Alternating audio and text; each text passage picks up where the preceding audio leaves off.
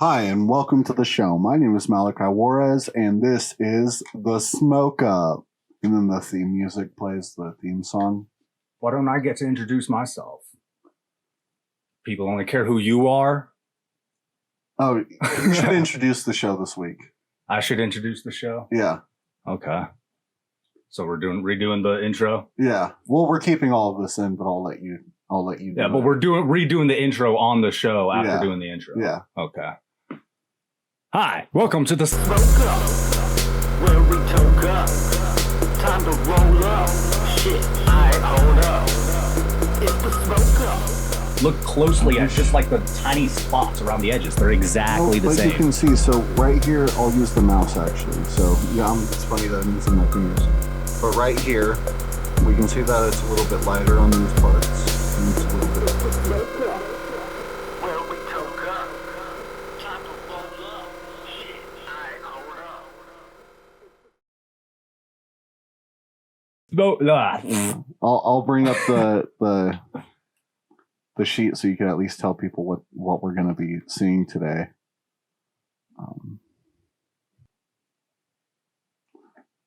It's wild because the two less thought about subjects in episode 8 were like ended up being so long. Those last two things ended up being like fucking 2 hours of talking. It was just like a couple like little off, like really quick segments. Tends to happen. Yeah. Okay. Hi, welcome to the Smoke Up. My name is B Deli. This right here is my homeboy Malachi. Today we got some goodies for you. Oh boy, do we got some goodies. We got some Temu goodies. Yeah, some more cheap Chinese thrills. We got some the alleged Indian moon landing. Yeah, some space talk, if you will. Yeah. And then we got some more debating. Space talk. Yeah. Yeah. We're gonna have a full-blown space debate. This is space debate number 2. Oh shit, what happened? Well, whoops. I'm not trying to click on stuff right now.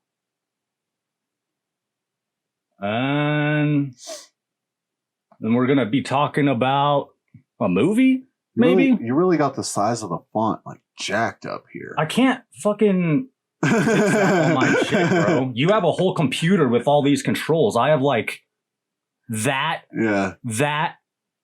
and this. That's it.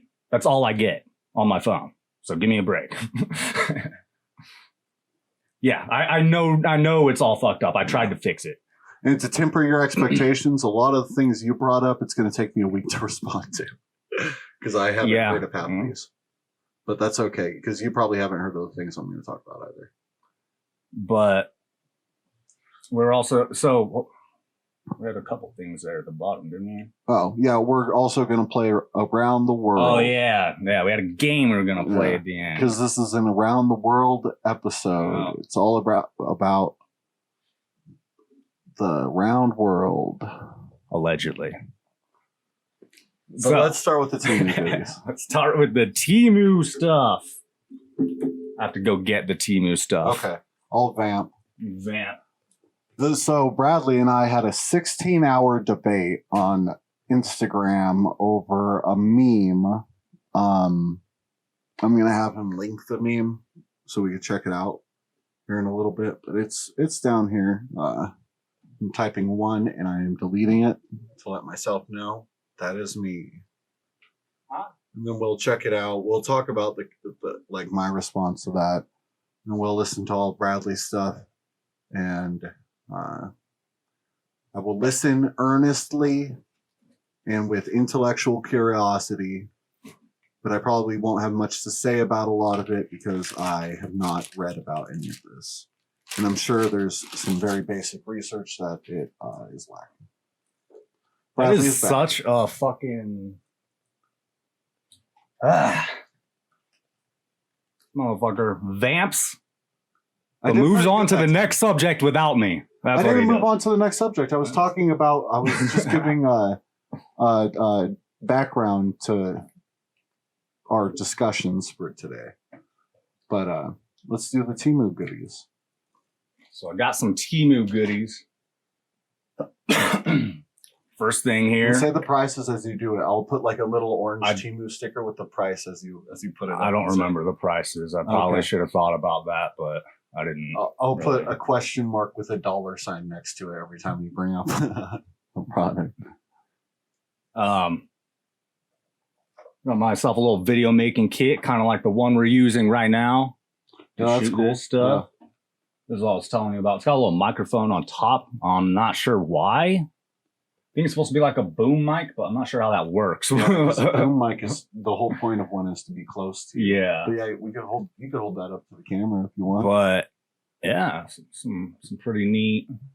I got it for it's probably like $10 ish, something like that. It was pretty cheap.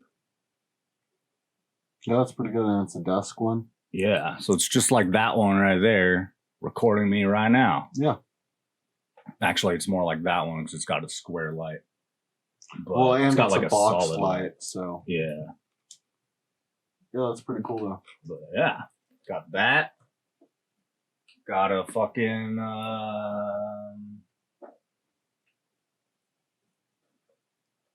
I'm excited to see this. it's like a moon lamp. That's cool. I haven't tried it out yet, but you plug it in, it's supposed to light Is up, this- look like the moon. So is this supposed to be? Because I saw this on Temu, but is it supposed to actually? It doesn't look like it. Actually, have the topographical like pattern of the moon. But it I doesn't mean, look it's like it looks like it's randomly bumpy, yeah, and then it probably lights up with just the pattern. yeah. It'll still look cool. It's the reason I didn't decide on getting that though is because if I get something like that, I want it to be like topographically correct. You know, I want it to show like the right craters. I don't think this will. Maybe though. Maybe once it's lit up, it has the I'm craters. pretty sure like, when darkened. it's lit up, it does. Yeah, like I'm pretty sure it's at least generally the right design.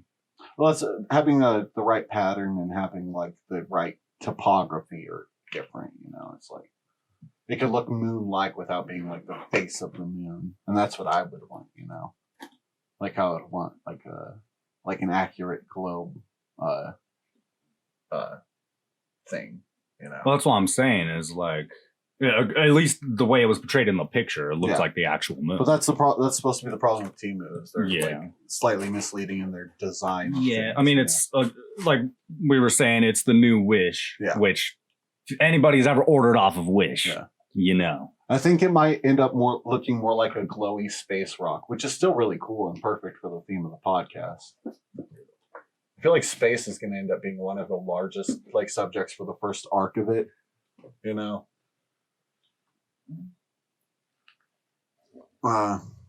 Side note, got this at Spirit Halloween. Pretty cool. Yeah, I really like the bump nose. Yeah. Like sticks out. Is that all you got from Temu? No. I was just throwing that out there. As a Oh, side yeah. note. That's I've got pretty two more things. This is a phone charger, but it's supposed to light up. So there's Okay. like lights in it that light up when you plug it in. That's pretty neat. That is pretty neat. I was like, okay, Yeah, it has the 3 adapters. yeah. I won't ever need them. I'm not sure but- how long it'll work, but Yeah. Still a pretty neat thing. I'd never Yeah. seen that before. So I was like, why not? yeah, that's still pretty neat. Yeah, I think when I start ordering from Temu, I'm gonna get, you know, a couple lights, but I'm also gonna get like cool things to smoke weed out of for us for the show. Right, yeah. I was Because gonna there's a couple things, and it's funny because I think it would be funny to get like one of their meth bongs and smoke dabs out of it, and make the segment smoking dabs out of a meth bong. that would be pretty good. Yeah. That'd be pretty good. And the last thing here, this was $1. So I got it. I Oh, is love that a Spider-Man. fucking Spider-Man shooter? It is. But it's That's for sick. little kids, so my hand cannot fit in this thing at all. Like, at all. Fucking. Wait, I think that's the wrong hand. It's supposed to be the left hand. Yeah. Does not fit whatsoever. So I'm probably going to give it to my niece or something. No. But, yeah. Fucking shoots darts. Yeah, that's the first time I've seen it. So it's still a wrist Yeah. operated web shooter, little dart shooter. Yeah, it's got a little. Oh, these are upside down. Yeah, look at the little diagrams.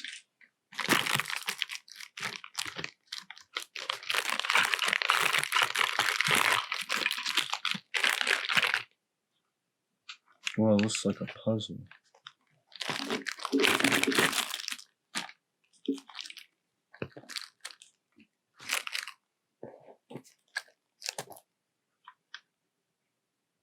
What does this mean?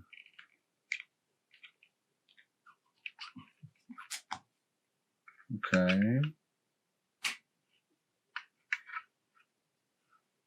Yeah, that's pretty cool.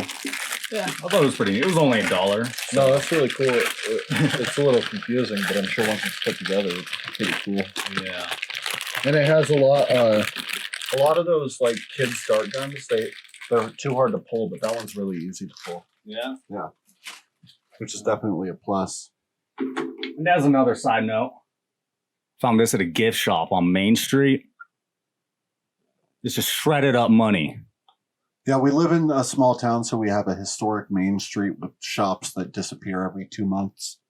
Yeah, I don't know how long this shop has been there. They had a lot of nice stuff, though. A lot of neat stuff that I would probably never buy. This is $50,000, supposedly. Shredded up money. Tiny bit of water. I think it's a lie. I think it's a dyed lie? paper. Well, there was another thing. It was like $500, I think, and it was like longer strips of shredded up money in a bag. And it was saying something about like it had like writing on it. It was talking about the like treasury or whatever. I think this is like old money or something. I don't know. It was like there's a reason it's shredded up. I'm assuming. I don't think anybody's sitting around just shredding up $50,000. Yeah. I think it's like It's old. probably like defunct notes. Yeah, something like that. That were probably already shredded up, that they were able to like, that whoever got it originally was able to get it from like a bank who was throwing it away or something. Yeah, that's. I I'm mean, assuming it was something like Yeah, that. once it's shredded up sufficiently, there's no reconstructing a bill and passing it off as money, you know? I Yeah. couldn't get a piece of scotch tape and sit there and reassemble a bill and be like, I have a bill, and then go to a store and buy something. You know, it just doesn't work that way. Yeah, no, no fucking way. You know, they say it's legal. More than 51% of a bill is legal tender, but I doubt a lot of places would still accept 51% of a bill.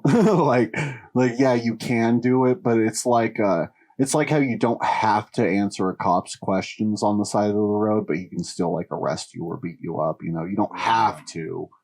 It's like sort of like a thing that's like a rule only in writing. You know, I've heard that it was 3/5 of a bill. no, it's just more than 50%. Huh. Because if it's That makes than more 50%, sense. it eliminates the other half. You know? I always thought 3/5 seemed like a weird arbitrary number that would be Yeah. hard to measure. 3/5 is like that's like how much a black man is worth in 1850 3/5 of what? of a person of a vote. Oh, okay. Yeah. I was like, what? Like 3/5 of scotch or what? What are you talking about? I don't fucking know. You looking for a lighter? No, I put a little too much water in this, Oh, so I'm gonna pour out a tiny bit. You vamp this time. I'll vamp this time. Vamping. But yeah, we got quite the show for you guys this time. Not sure how this is gonna go. We'll see. It's probably gonna be another one that starts to drag on longer than we want to, so we'll have to cut it short and continue next week or something. I don't know. We'll see. We'll just see how it goes. Well, I think as long as we don't get too wrapped up, then we'll be able to get through. Because this one is less of a planned debate and more us cross-pollinating information. Because, you know, even though our debate on Instagram was kind of heated, I think it ultimately shows that both of us are very concerned with the truth. Yeah. And I think if we share enough information with each other that, I mean, I might be pulled closer to where you want me to be, and you might be pulled closer to where I want you to be. And we can align in our ideologies and our goals. I think that's the best we could hope for. Yeah. But yeah, I think it is important to keep in mind that we are both interested in the truth. Yeah. And we are close And- friends. So even if this gets really heated, it's not like we're actually fighting, you know. So like I know like people hearing this in a vacuum without any context might be like, oh wow, what the fuck is this? These people like are at each other's throats over this. No, I mean, watch any other two people debating these same exact topics and you'll see at each other's throats. You know what I mean? It's very literally different. impossible. Like It's very different. like I've seen those, they just end up in shouting matches usually, or like with like, because I mean, I think the flat earthers usually the uneducated one in an argument, but the other person is usually too condescending, and it ruins the whole process of explaining where the holes in their logic are, you know. So I hope to be respectful enough to where it doesn't feel like I'm just like attacking you, jumping down your throat, and making you feel dumb, you know. Well, I think that to kind of counter that point, I think one thing I notice is that if somebody's arguing against modern cosmology in any way, people tend to have a very low view of their intelligence. And so even as my friend, I feel like you're going to assume that I know a lot less than I actually do about what I'm talking about. Because you kind of have to assume that. And that's just my 2 cents on that. Well, I mean, I have to assume that in the like in both being able to be effective rhetorically here, and because I think you have to have like things that you don't know about in order to believe some certain things. But also, I think the bigger thing is just is the first thing I said. I'm trying to get around this glass screen, so I'm a little distracted. Yeah, I've been struggling with that. Well, the thing I usually do is I'll pop it out and then like pop it back in at an angle so the air flows through a little. You'll see. See, I've been like, after a couple bowls, it'll start getting all cloggy. Yeah. So I pop it out and then I'll like kind of scrape it up a little bit and then pop it back in. And then it lasts like another bowl. And then it does the same thing. But it's worth it. It keeps your bong way cleaner. But like one thing I'll do too is I'll throw it in at a different angle like that, so it's easier to get out next time. Because if you put it in there to where it's completely flat, it clogs really quick. Yeah. Yeah, but this I is what figured if I did that, I was putting it in wrong. No. Well, I mean, you probably by their definition, but the air flows. But if it does the job, we just have to be more careful because we can't put a pokey directly like down, and because it'll break the middle part. It's not as strong in that part, but I think it'll be fine. But yeah, the first thing that instigated our whole argument was the Indian moon landing, because you misunderstood what you were looking at, and you showed these pictures that conflated like a couple real photos with photo that's like, it's hard to describe, but it's sort of like a visual diagram of what the ship is doing when it lands. No, I know what you're talking about because they do that. Like that was what I was trying to say. Is like they do the same thing with rocket launches. NASA does this where they do a rocket launch. You see the live feed of the rocket going up, and then when it gets to a certain altitude, they switch to like an animation showing what it's doing, and you don't really get to see what's happening now, so you get to see an animation instead. Okay. Yeah, so you do understand. So I do understand what it is. So, and you can tell, like, I'll just show parts of this video because it brings up a couple things that I want to bring up here too, because I don't think Hey teachers, do you teach your science lessons like there are a this? couple big things here. I don't think there's Or like this?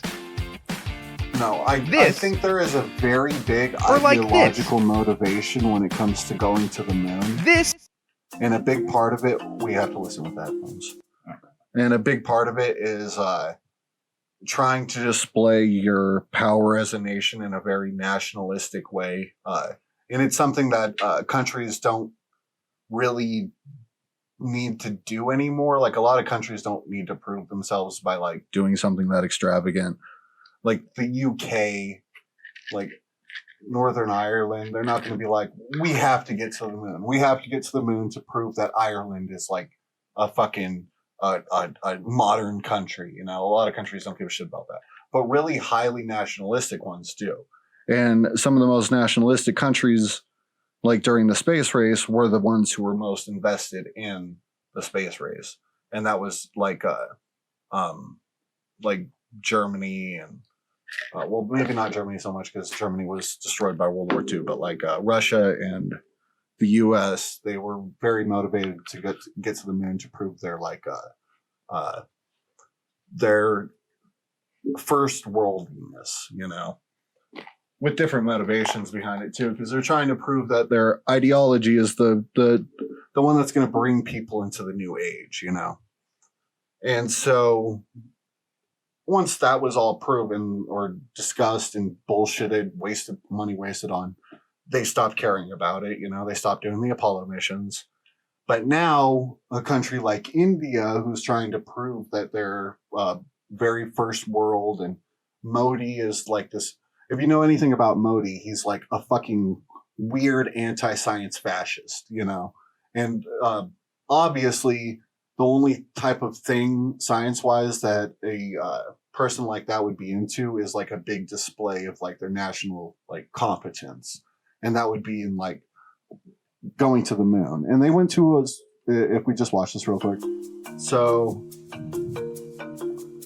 this is one of those images that were on your post, and so this one's actually like it mentions it that it's one that was sent to the media, but it's taken during the descent in lunar orbit. And I mean that doesn't look like a fake image. It doesn't look real to me, but it doesn't look nearly as fake as the animation one. And so this is the other image, and like I do want to make clear that someone like Modi, the prime minister right here, he doesn't give a shit whether or not people think that's real. And he would benefit from more people being like, wow, they actually like, that's a video of them getting there, you know? But I don't think that was like the space organization's like intent with it. Obviously, they were viewing it one way, and then the media is going to be like portraying it their own way to sensationalize things, right? But we can't like, we can't get mad at the space agency for the media sensationalizing something they did, you know? But we see all these like people. Oh,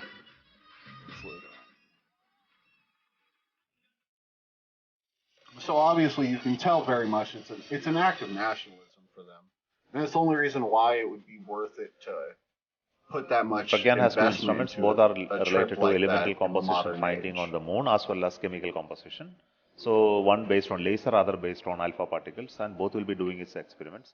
And more than that, we will do the roving on the surface. We will do also a robotic path planning exercise, which is very important for us for future exploration.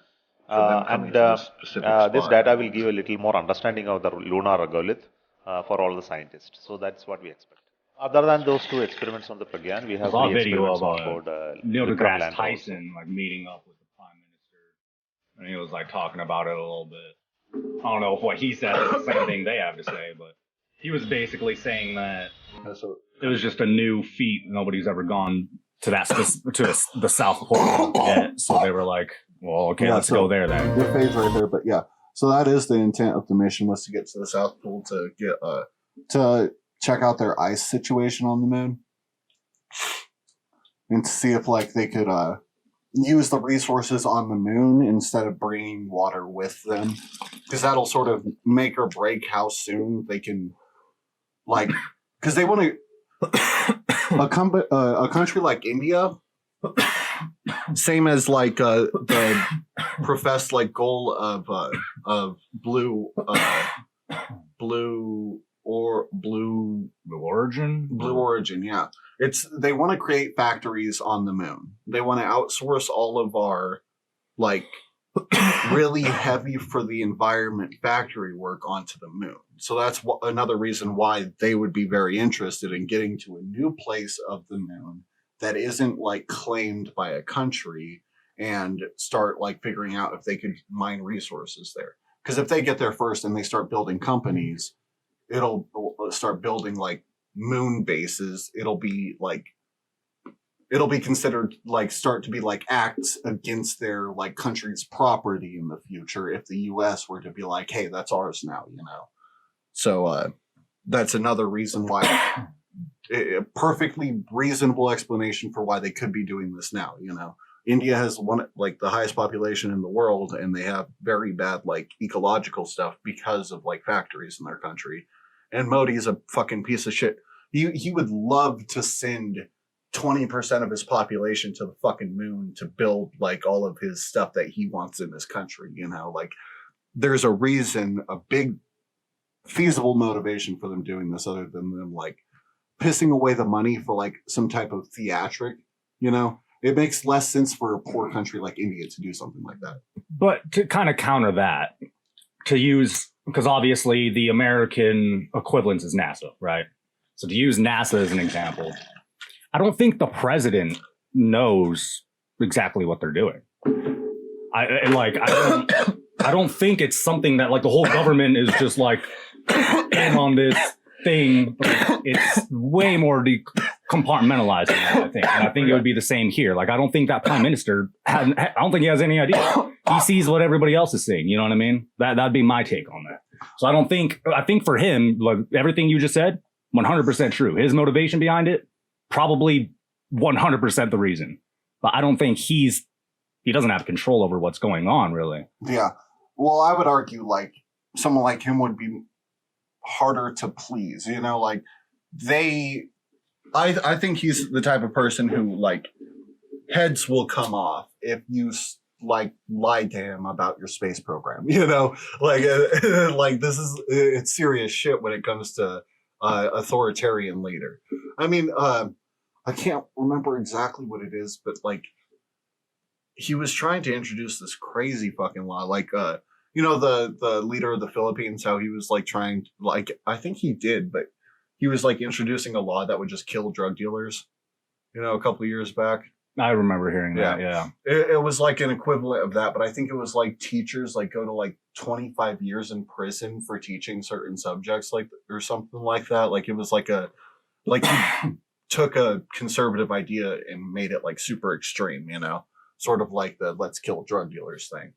So like I could totally like if this dude's had any inkling that his scientists were lying to him, I do not put it past him fucking executing them all for treason right there. You know, I don't think he has any inkling, you know, like, yeah. But I think same thing with like. Well, I think it's because they actually went there. Well, of course, that's what you think. Yeah. I think because, you know, I'm using NASA as an example in my mind because I don't know much about the Indian government, right?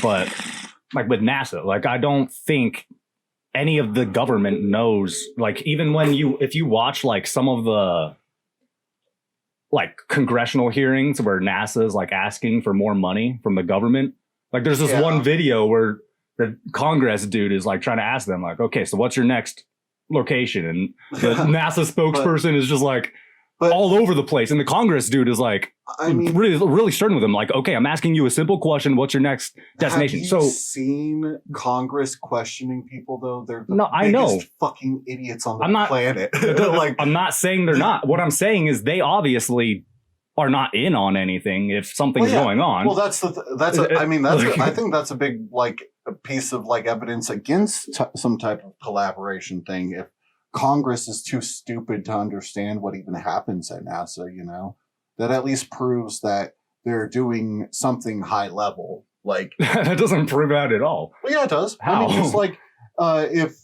because it's in the same way that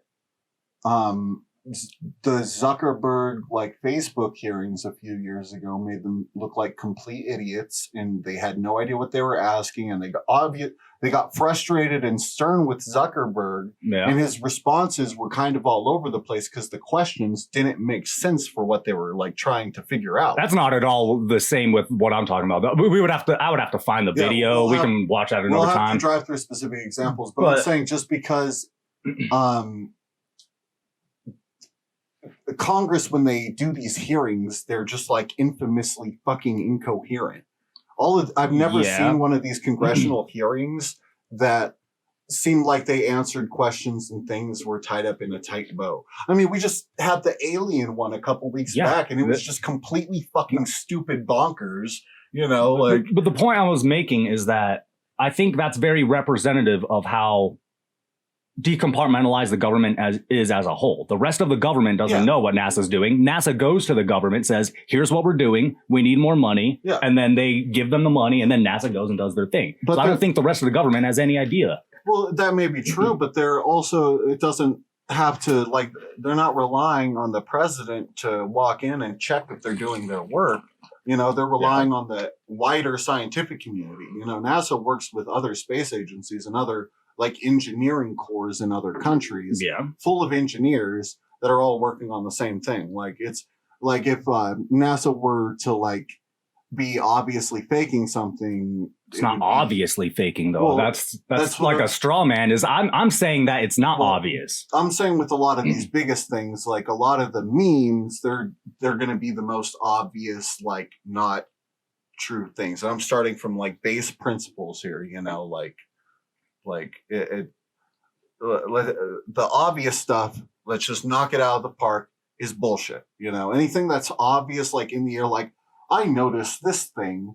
How come they haven't noticed? It's probably because you don't have the full picture. Well, and that's you one know? thing I've realized over the years, because I used to be a lot more like, yeah, they're fucking stupid. They're fucking up. They don't used know to what they're be doing. Just like that too. And I realize now a lot of the things that I used to think didn't make sense or were obviously fake they actually do have some kind of explanation. Yeah. So And it usually just comes from like a misunderstanding, like that everybody like knows something you don't know, basically. Like that's well, no, I think it's usually nobody knows, but most people don't question it. And then the people who do, it doesn't make sense. So then they're like, what the fuck?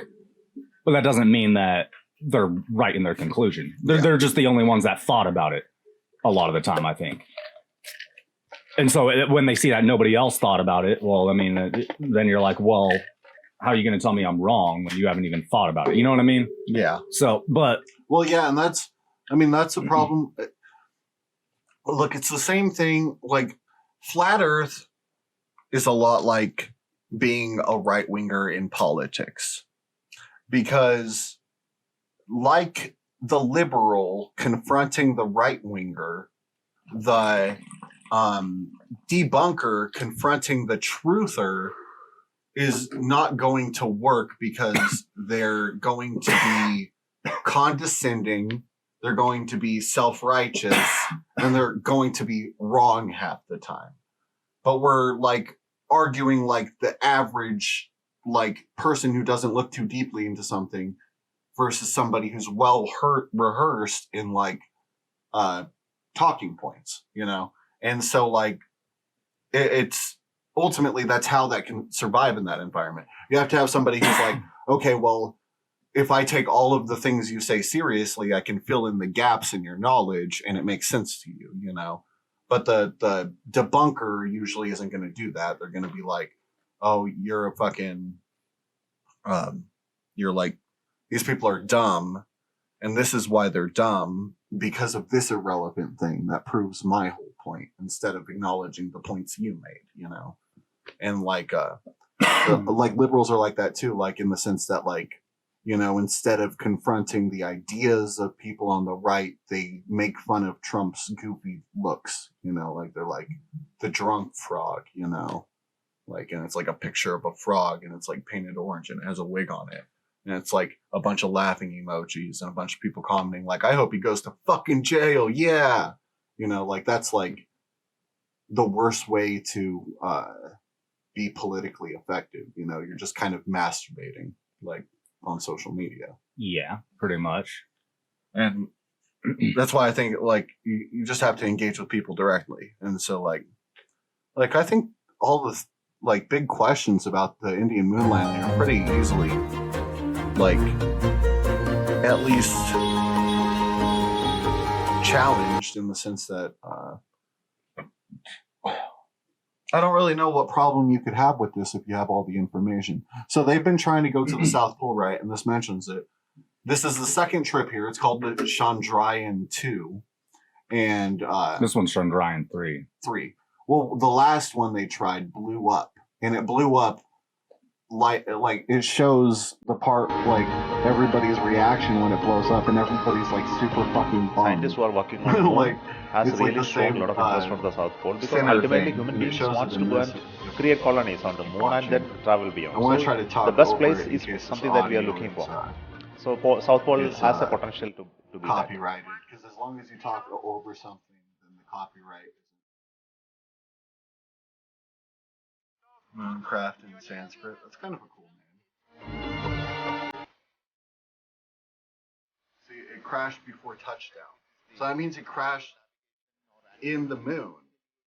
And see, there's them being like bummed about it. Like, I don't know what that's supposed to mean to me. कल का जो achievement है well, it India के means लिए that we बहुत ही could गर्व की बात probably है look up हमारे जो longer साइंटिस्ट हैं videos of that same वो पूरे trip वर्ल्ड and में find प्रूव them करके like दिखाया है कि हम watching लोग it भी because it was काबिल है probably aired on the news in the same style, except they got there this time. And another thing is not only was there that, but Moscow was trying to become the first country to land on the South Pole. But Moscow probably couldn't do it because it says that their thing failed when they tried it. Yeah, it crashed on the moon's surface on August 15th of this year. And also, they probably, like, I mean, they're in the middle of a big war that's taking all their money. They probably can't, like, keep up with something like that. So India got there first. You know? And I'm not really seeing, I'm not, like, seeing the plot holes here, you know? Well, Like, I saw think- the meme that you shared, and I can think you there's put like the a- meme in the thing so I can show it on the video here? Like, just the link to the meme on, like, this real quick. But you can talk while you do that. What meme? Like, Well, not the meme, the, I guess this is a series of Instagram posts. I did share a meme at some point. Yeah, let's do the Photoshop meme. Let's, I guess, do you have any, like responses to the moon landing thing? Like, what do you have to say about the moon landing? Like, other than I think the first image that's like, I mean, obviously you can see from the room, because that still is pulled from the screen that they're all looking at in the room, and they're like, when it lands, they're like, oh shit, it didn't blow up, and they all like cheer. Like, I mean, it seems fine. Like, I think that I feel like you have a serious misunderstanding of like how I'm viewing this, because I'm not saying there's like some major plot hole that I'm seeing that nobody else is seeing. I just my whole thing is the average person. Okay. Not you, because I know you actually look into stuff. Like, I know that, and I give you that credit. yeah. But the average person, they see this image. Boom. Okay, cool. They see this image minus the text, and that's enough for them. That was the whole point, was that a lot of people saw this and they were like, okay, this is a picture of the spacecraft landing on the moon, and they share it and they're like, India went to the moon, here's the picture. That was what I was responding to. Yeah. I think you thought I was saying this picture is not what they're saying it is. There's a major plot hole in the whole story. That's not that it debunks the Indian moon landing. That's not what I was saying. I was saying this is all the proof you need. That's stupid. That was my point. Okay, That was my whole point. I can see that more, but also I know that you're implying something further when you do something like that. You know, like you're also implying that it shows a level of dishonesty by them. You know, I don't know if it's a level of dishonesty. I think it's just a level of gullibility toward, or you have a bias towards something. Like, take Christianity, for example. If you're a Christian, Yeah. and you see something that seems to support something in the Bible, Or even something that supports your idea of like Christianity. Yeah. Like if you see the Jesus burnt in the toast. yeah.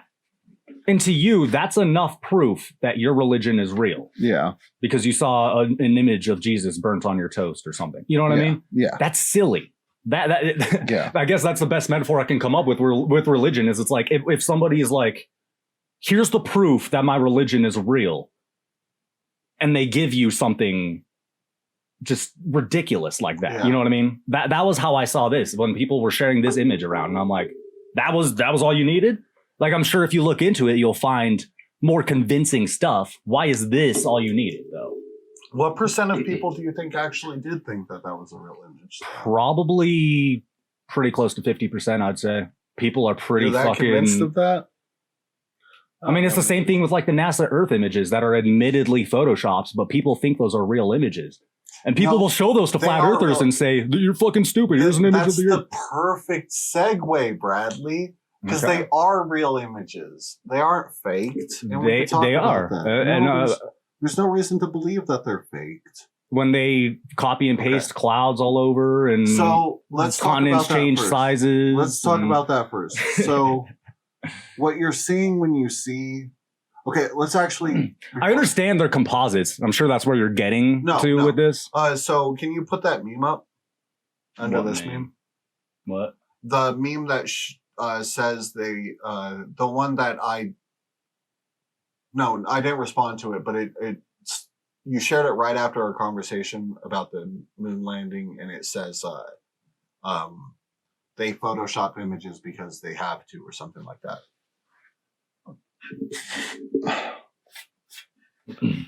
And so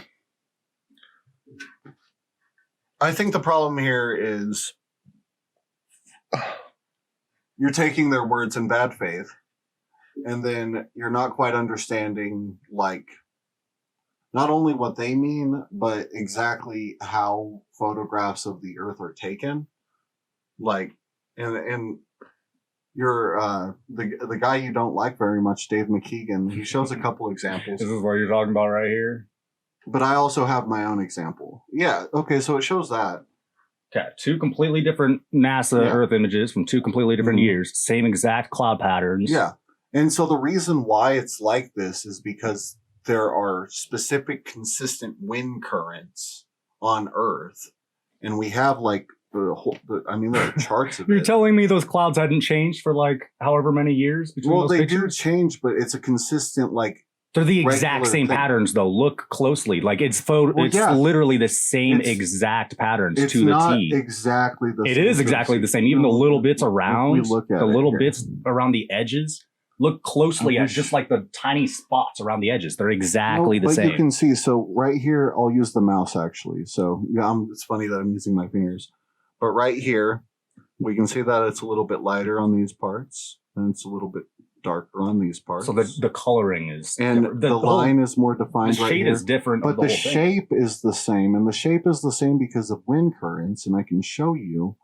Wind currents are a consistent thing, and I can read a little bit about it too. But they're not going to look exactly the same. They're going to like look that. very similar. They're going to look. That's not very similar. That's exactly No, the same. I just pointed out where it's not exactly the same. The coloring is different. No, the density of the clouds too, but they're traveling the same paths. You can easily adjust the levels to do that in Well, Photoshop. yeah, but that's not how it's taken. I mean, we could find the original images if you want, but like, let me show you this first. So, wind currents are like a consistent thing that happens from like the heat of the sun hitting the equator and the cold air from the poles like meeting the air from the equator. So it's like a consistent thing. But because like the tilt and everything, it's like very specific in how it like comes out. And I want to find some of the specific passages. So ocean movement is pushed by wind currents. And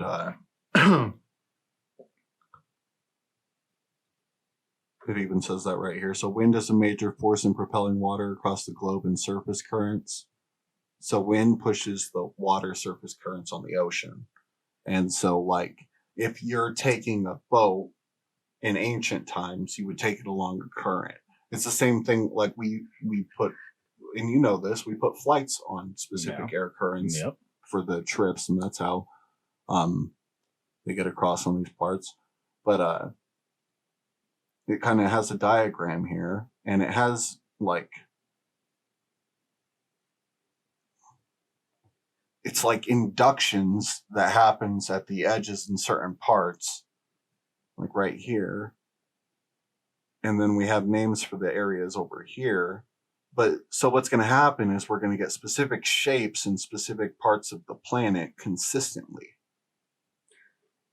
Okay, but this is my thing. So you're saying that those two images that I shared are actually real photographs from space. That's what you're saying? Yes. So one of the guys from NASA, his name is Robert Simmons. He's the guy who made the famous blue marble picture. There's a whole article about him on the NASA website. We can look for it if you want. Well, yeah, let's look it up. Well, I'll look it up while you're talking about it. What's his name? Robert Simmons. Rob. Just look up Robert Simmons, NASA. He describes in detail how he photoshops these pictures. And he admits, he says it's a composite. Mm-hmm. They take data, strips taken from satellites, wrap it around a ball, add color, and then they paste clouds to it. That's how he said that he does it. So when you see those cloud patterns, you telling me that that's real photographs of the Earth.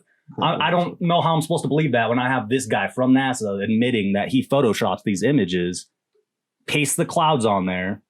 Like he's not even trying to hide it. He's saying this is what he does because they can't. He's the guy that says it is photoshopped, but it has to be. That's where that quote comes from. Yeah, but this is that guy. And this is the whole article where he describes that. Well, let's talk about it in detail, how he does it. My role is to make imagery from Earth sciences data. I turn data into pictures. I look for new, interesting events that NASA satellites have seen or that are hidden in the latest data to find anything interesting that shows off NASA's unique capabilities. Finding things is the fun part. I rely on engineers and scientists to produce the data. Their reliable real-time stream of 1.7 terabytes a day is incredible, the same as producing 3,000 CDs a day.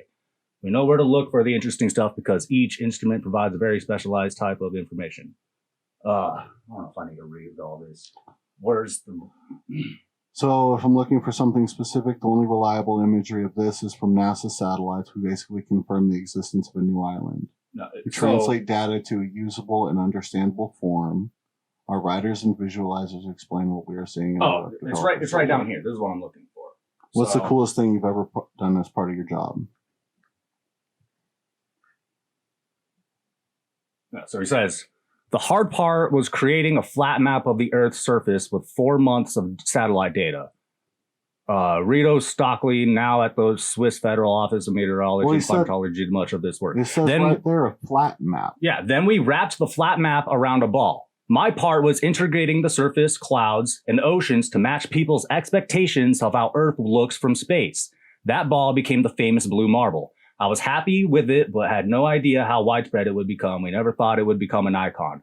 I certainly never thought that I would become Mr. Blue Marble. And then he talks about it more at some point.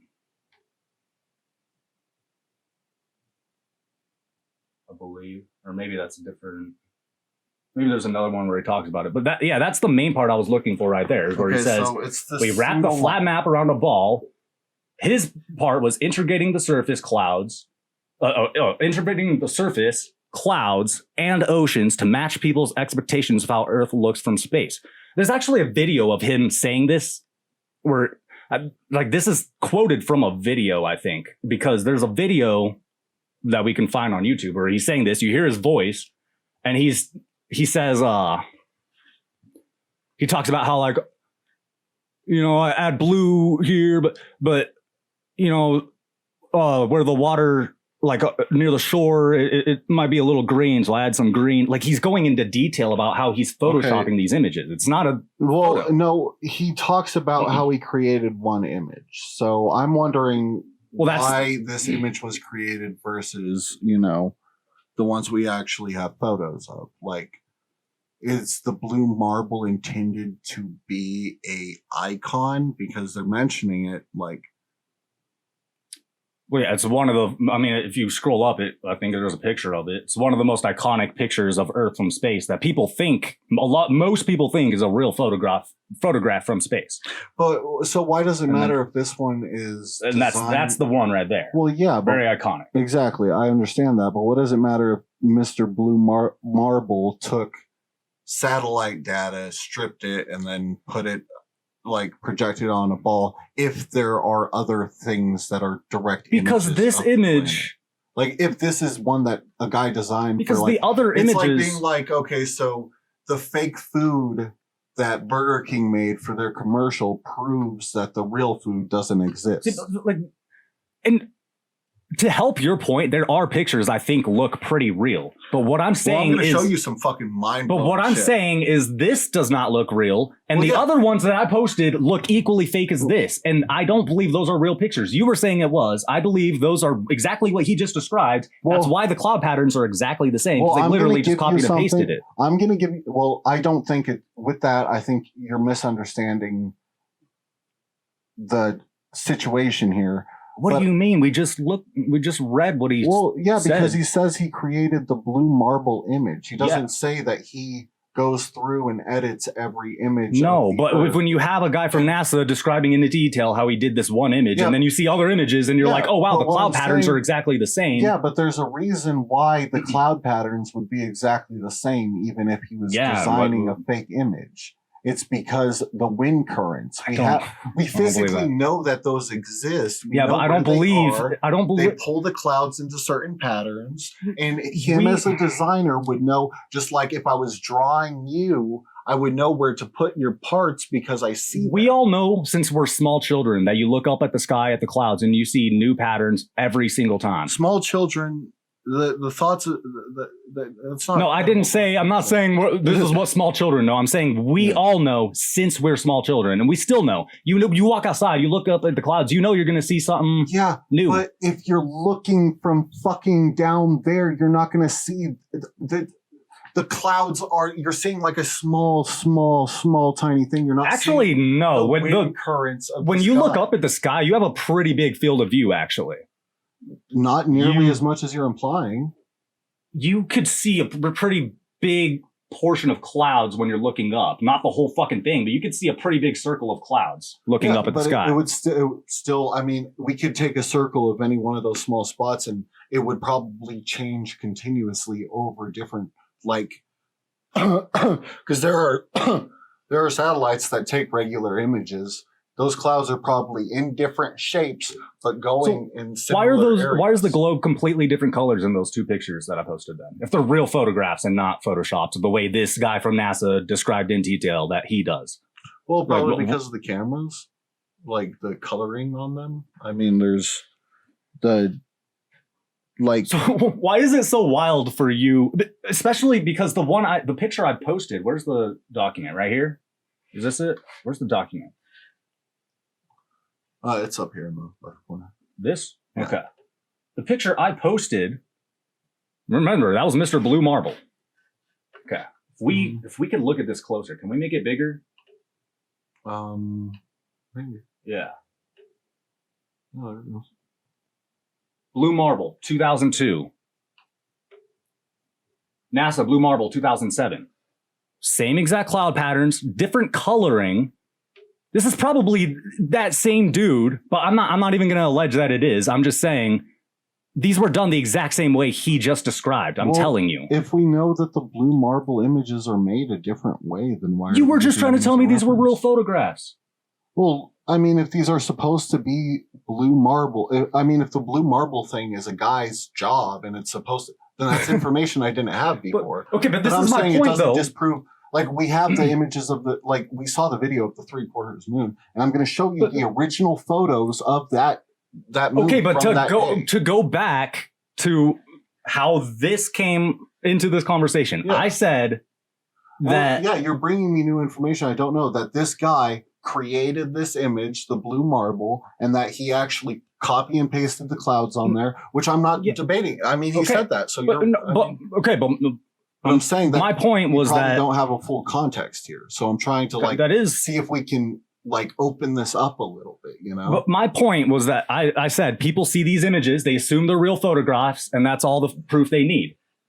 And then you said that was the perfect segue into you proving that these photographs were real, and I just showed that they're Well, probably not. Yeah, but that doesn't prove anything to like show me something out of context. As far as I knew, these were real. But if you gave me new information and these turn out to be those images that he No, but I'm just saying this designed, proves my point. People That's see just- these photographs and they assume they're real, Yeah, and but that's that all the doesn't- proof they need. that doesn't. That's what I was prove- saying. That may prove your point. in, And you like, saw an these, and abstract you way. argued without even looking No. into it that they were real. No, because I believe that the Earth is real from other images that have nothing to do with this blue marble guy. You know, this blue marble guy is just a fucking Mhm. graphics designer for all I care. Like, why? Yeah, that's Why exactly is what it him designing? If blue marble is a regular thing they do, like every couple of years, and it's a guy's job to design it, which we don't even know that much, you know, then who the fuck cares? Like it doesn't prove that the other images of the Earth are fake. If blue No. marble guy makes a blue marble, That's every not the once in a point I was making. Like I said, to go back to my original point, Yeah. the point I made is that people see these pictures, they assume they're real, that's all they need. And then you saw these pictures, and then you No. tried to argue with me that they're real, and I just showed you that they're probably not. That's my point. Okay, let's drop the fucking theatrics and Well, theatrics. well, because you're saying your point is that people will see the. This isn't convincing me that the Earth is real. Like that's this isn't I thought it was real because I know from other information that it is, and so I assume these images were. But that doesn't mean that this is informing my beliefs. I feel like you're here. construing debates here. We haven't started that debate yet. The point we were talking about the meme I posted about the Indian moon landing. And I was Yeah. explaining my reasoning for posting that and how it's because people saw that, they assumed it was real, that's all they needed. And then I brought up this image. I said, people see images of the Earth from NASA, Yeah. they think it's real, that's all they need. And then you assumed it was real and tried to argue that it was. Well, I didn't try to argue that it was. You did. No, I said you asked me if I thought it was real, and I said yeah, but that's before I. You tried to argue why the cloud patterns are exactly the same. Well, that's because it would be that reason. If he was the designer that designed this image, it's because he knows he's designing it after the wind patterns. When he says he puts the clouds where they're I expected, think to be, they have it's because of the wind they just have like currents. stock cloud patterns in No, I Photoshop or some think shit. that wind. And I can currents show are you thing. on his We know about wind currents from physical, Dude. like dude. Okay, measurements. Hold Is on. physical All right. measurements not good enough for you? Like, bro. Okay, let me show you.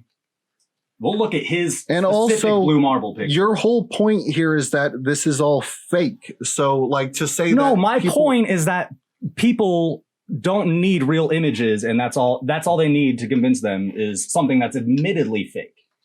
That was my point. I don't no, because ultimately your point is that the Earth isn't a globe. So let's talk about that. Well, that wasn't the debate yet. We can't Well, the misconstrue points No, here. well, my whole point is that you're saying this to mean another thing. You're saying this to mean that NASA is, fraudulent by having a designer that designs the blue No, marble. that's not the conversation yet. My point that I was making as of right now is that whether or Okay, not NASA is well, legit, if people don't need real. well, if evidence. I agree with you on that, can we move on to the next thing? Because that's what I Sure. want to talk But about. what I wanted to show People you. don't need real evidence for a lot of things. I mean, I think that that's the case, like, pretty obviously, and it's very disappointing. Like, people don't need much evidence for most of their beliefs. Like, that's why people can believe that, like something like a welfare queen exists. Is there a way to zoom in on this shit? Uh, Do you know? Like, oh shit. Okay, there we go. Wow. Because even this one image, if it's probably going to be too blurry. The exact same cloud patterns are copied. Even right here, this is the same cloud pattern right here. It looks like. yeah, but if The we know exact that, same cloud patterns are copy and pasted all throughout this entire image, over and over, right Yeah, next to each well, other we and all know- over. You're just proving that something that a graphic designer designed was designed by a graphic designer, but that doesn't prove that You the just globe made the is a point. image. You just said even if it's it's a graphic design, he would have made the cloud patterns based off of how Yeah. they actually looked. Well, yeah, because No, they're just taking stock images that they have of clouds and copy and pasting them to make them look real. That's all they're I doing. would hope he's not doing that bad of a job. And if he is, then he probably should Because do a better if- job at the cloud pattern. Because in this one But- image, it's hard to point out with this. I If would we have put to. this next to another globe, like an actual photo of the moon, and it's completely off, then yeah, I would want him to do a better job. And I would ask why his supervisors aren't fixing that. You know, that's the question I would have. I wouldn't be like, that blows the lid off the whole thing, you know, like it makes me question why the fuck he's allowed to do this if he doesn't like get the wind currents right. But it, like, I think he could also just be copy and pasting shit and getting it in generally the right places. So when his boss looks at this, they're like, yeah, it looks like you got it, you know, because it doesn't like, but also like if it's a PR thing and it isn't actually relevant to the like I'm perplexed, honestly, why they would be doing this. Like, I don't understand, but also I know that there are other images of the Earth that have nothing to do with this blue marble guy, you know, True. that are taken from photos, and we have the original photo files. So, like, if they're doing this, I think it's just like, you know, having an art department for whatever reason, maybe to help their funding with PR. You know, they create like these really appealing images of the Earth, even though they also have images of the Earth from the 60s, because government agencies can be very incompetent, you know, but that doesn't prove that the other images are fake, you know. No, that's not what I was saying. But back to circle to my point. The whole Yeah. point I'm making with this, this isn't my argument for why NASA is bullshit. This is my argument for why people are pretty gullible for the reasons they believe in NASA. That was my point.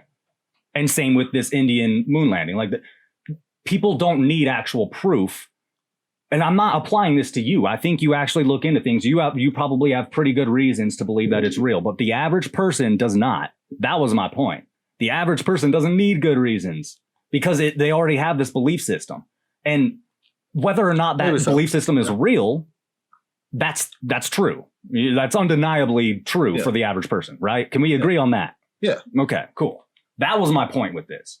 So it doesn't matter if this is an accurate representation of the Earth. Yeah. That's not my point. I don't think most people are out there trying to like prove their conception of reality. You know, like I think No. that's like most people aren't concerned with that. But I understand why you would be frustrated with that, because I think that it is important to understand that. I mean, that's why I think like I think being anti-capitalist is an important thing to do, because we exist in that system and it seems to function fine. And it's like, it's, you know, the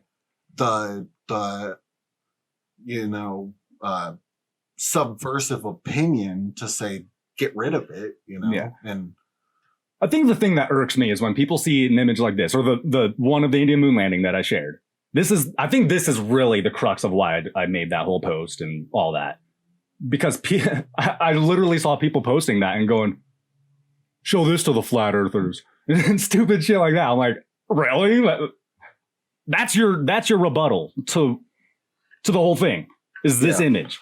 well, and That's what irritates me. That's when I'm like, you're dumb. That's where the word dumb came from. and I can see apologized that for- initial context being taken out because I wasn't. Like, Yeah, that's why I was like, that's who I was talking to when I said they could show you a picture. They could tell you they found SpongeBob on the moon and your dumb ass would believe it. That's who I was talking to, is the people doing that. I mean, which is true. I mean, I believe maybe not like Obviously, that's a hyperbole. Obviously, that's some might even say it's ad absurdum. Is it? It's a logical fallacy. But that wasn't supposed to be a logical point. So to say it's a logical fallacy implies that was my logical point, and it wasn't. That was. Well, I think people just generally misuse the ideas because, I mean, logical fallacies make sense when you're like a logician, because there's logician and logistician. It applies. two I think different it's things. important if you're making an argument to be making an argument logically. But if you're just making a statement, if Well, it's I not think- a logically based statement and you're just expressing an opinion, that's Well, different. No, I think arguments in the real world rely on, you know, you have to have like some things that you take for granted in an argument that might be emotional or might be contextual, you know, that aren't purely logic based. You know, I think logic is like if we're trying to figure out like a problem, like a very like on paper, let's figure this problem out problem. Logic works, but logic No, I doesn't think always because work when assessing. When like, people don't know logic, they have the wildest reasons for believing things and they don't realize it.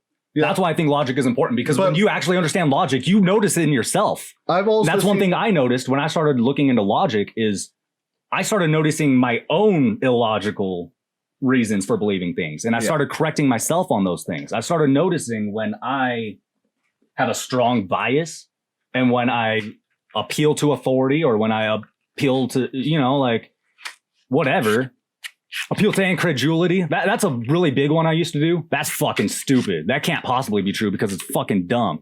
That's a really bad illogical fallacy, you know?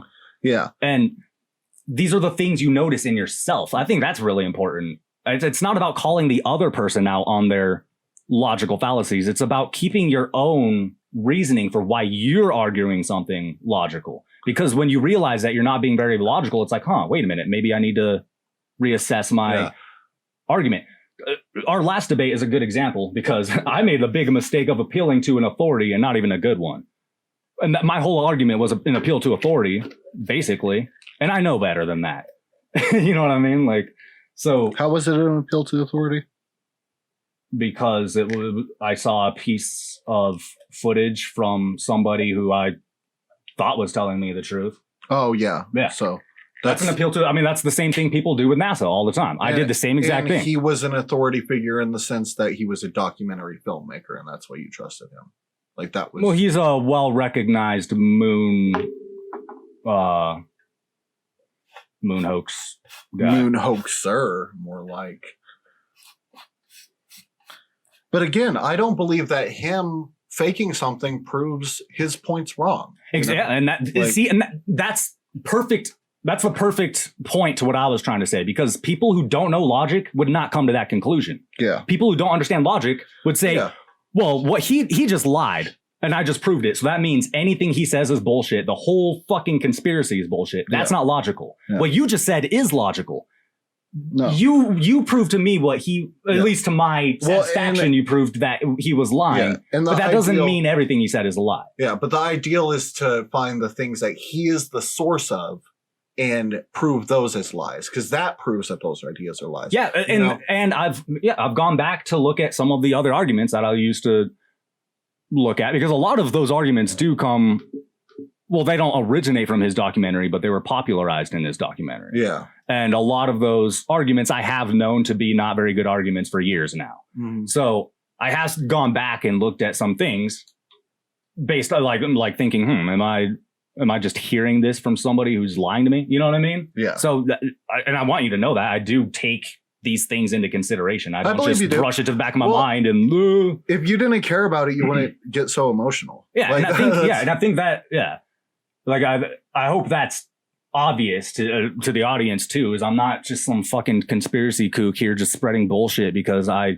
like the appeal or some shit. Bradley Like, is like one of the like 30 conspiracy theorists on the planet that when he says I'm just asking questions, he's genuinely just asking I'm questions. genuinely just asking questions. But the problem is when I ask questions, the most people will just call me fucking stupid Yeah, and not because- answer the question at all. Because again, a lot of people who say I'm just asking questions aren't just asking No, questions. but You know. that's besides the point. A lot of the people who ask Yeah. questions don't get the answers they want. So Well, yeah, well, and I've it- always been a proponent of you ask questions to verify and validate. You always want to ask questions if you're, and that's what science is supposed to be about, and that's what they always taught us in science class. Yeah.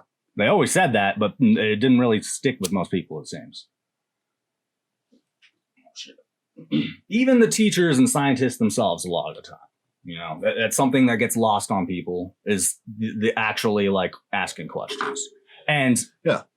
the whole like, I'm sure everybody remembers either you or somebody in your class raising their hand and asking a stupid question, and the Smoking teacher some said, diesel train. nice. It's got my favorite terps in it, but that's like all this dispensary sells is my favorite terps. It's got pinene, no, not pinene, limonene, terpinolene, and carapholine. Cool. But fuck, what was I saying? I'm sorry. Damn it. No, okay. So I'm sure we all remember either you or somebody in your class at some point during your school years, you raised your hand, you asked a question that you or whoever asked was a little embarrassed to ask. Yeah, I'm gonna check these. And the teacher said, there is no such thing as a stupid question. Yeah, I'm sure a lot of us remember that. hopefully. Or those poor people had a shitty teacher every single year for their entire school life. That's something that, to me, I take very seriously, actually. It's a very basic thing. You know? It is a very basic thing because when you're seriously asking questions and somebody dismisses it because they think it's a stupid question, to me, that's a sign that they actually don't know how to answer the fucking question. Yeah. And they're projecting their own stupidity onto you.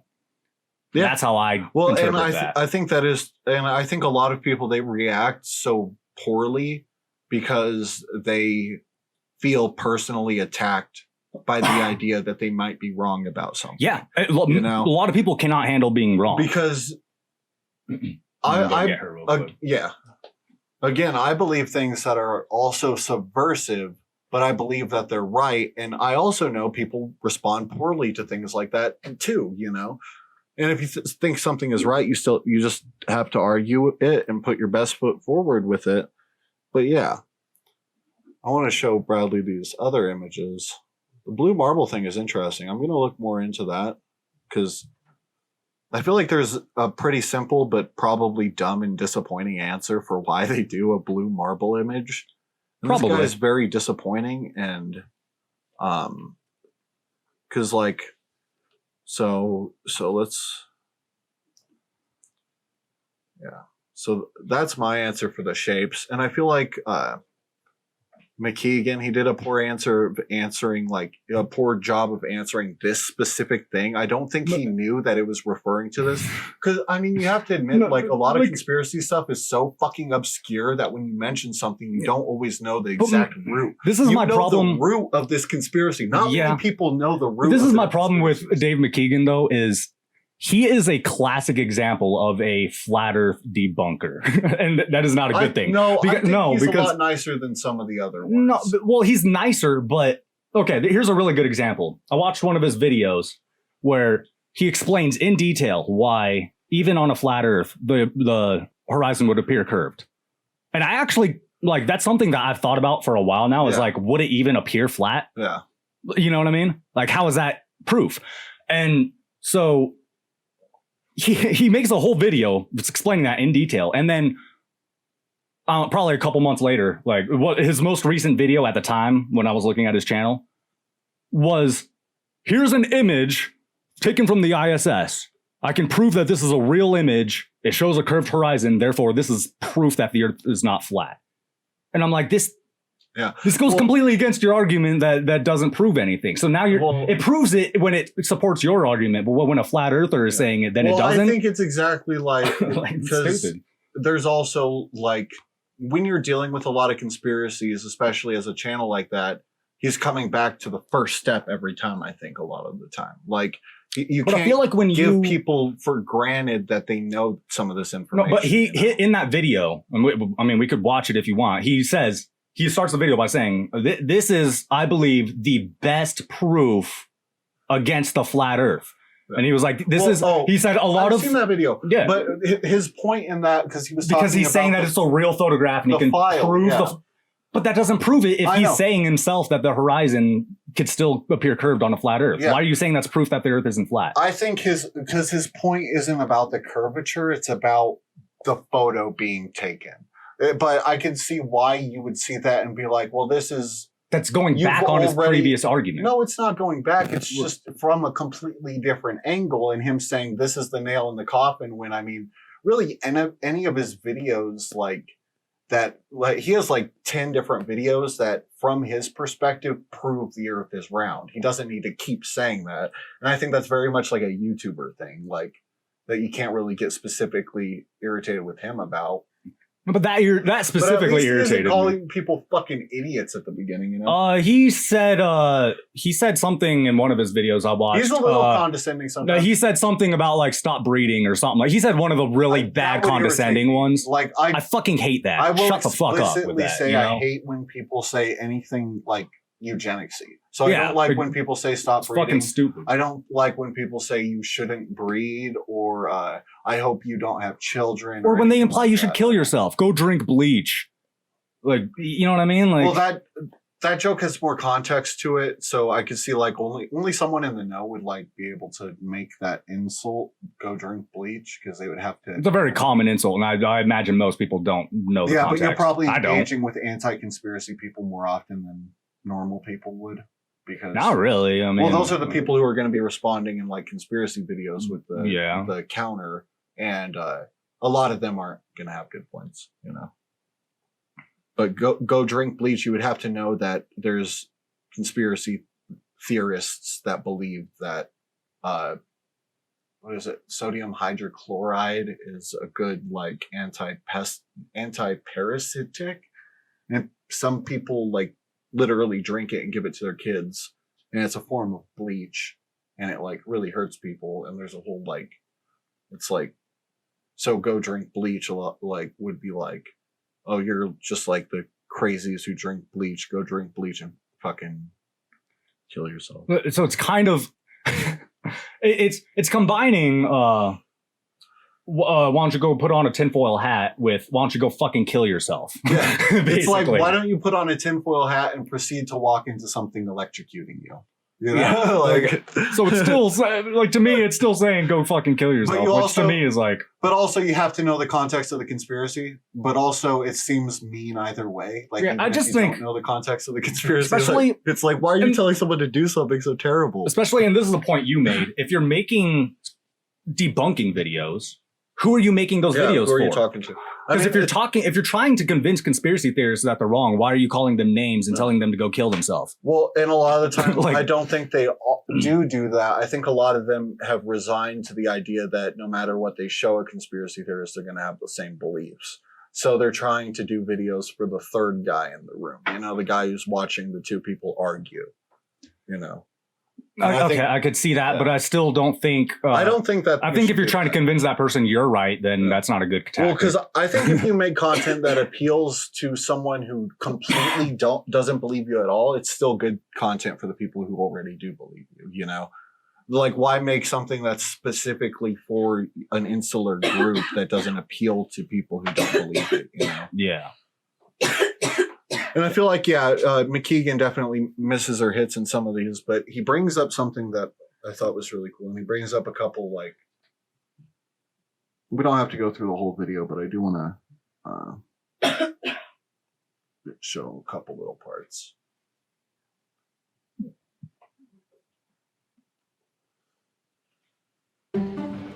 This is a story about a magical place where everything's amazing, especially the people. We can tell you everything there is to know about over 400,000 different pieces of gear. Tell them, Lenny. And we have a 17 millimeter, 24 millimeter, 45 millimeter. He does this all day.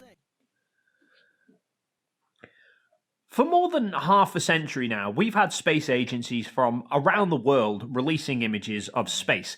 From man's early trips to orbit and subsequently to the moon, probes like Voyager venturing to the farthest reaches of the solar system, telescopes like Hubble and James Webb looking deep into the So known they're universe, talking about like by itself would look quite how a bizarre lot of to us. like NASA photos would have to be like.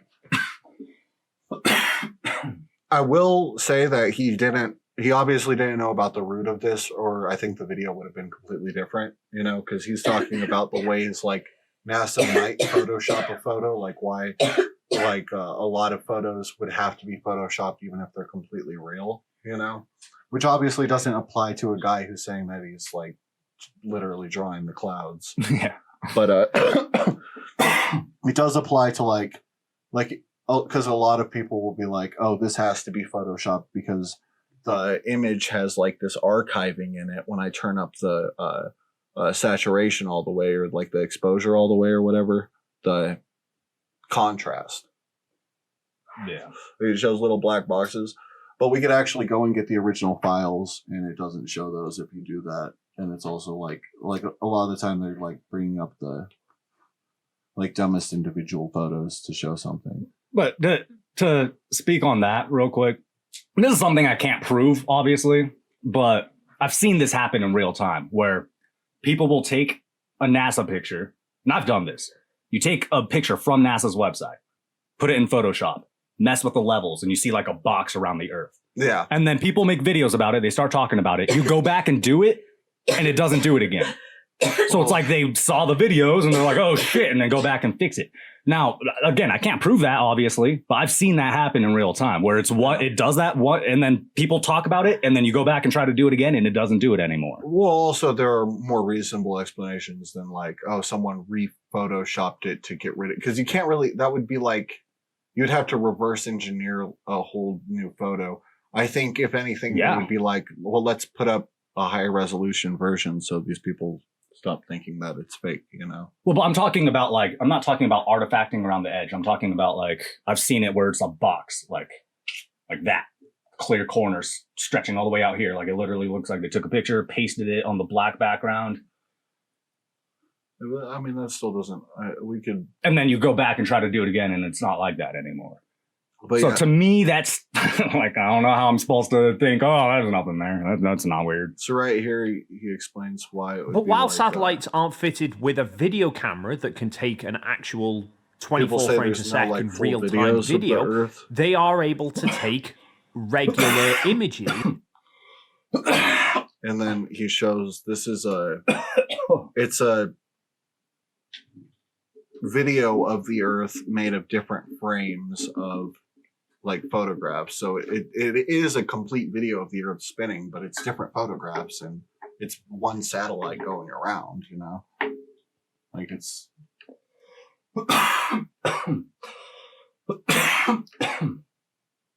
see, it's like a full nice little video of the Earth spinning. So that's neat. And I mean that kind of the blue marble doesn't really matter if that's true. And he mentions, okay, so let's get off the McKeegan thing. I didn't want to show the whole video anyway. I just wanted to sort of mention his points. He also shows like because there's pictures of, and I'll just talk about this. People can watch the video if they're that curious, but it shows the continents being different sizes on the Earth. And that's just like, if you're closer up and you use a wider lens, the continents will be bigger. And he shows it with a globe in his bedroom. You know, it's not.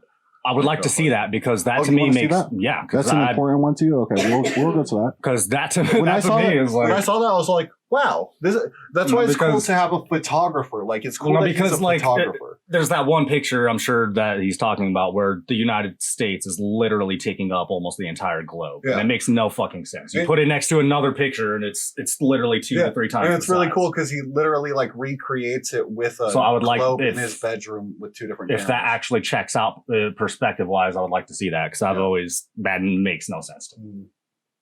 It was, I think it was the coolest part of the video for me, but I didn't realize that like even that meme didn't mention anything he talks about in this. Like the meme you shared, the only answer I could think of for like why there are repeating patterns is wind currents. But that's obviously not it would be why there are repeating patterns on pictures of the Earth, you know? Like that would be the But I answer just to showed that. you But you reasonably showed me, that it's yeah, probably not real. that Yeah, the blue marble Yeah. isn't a picture, you know? admittedly. Yeah.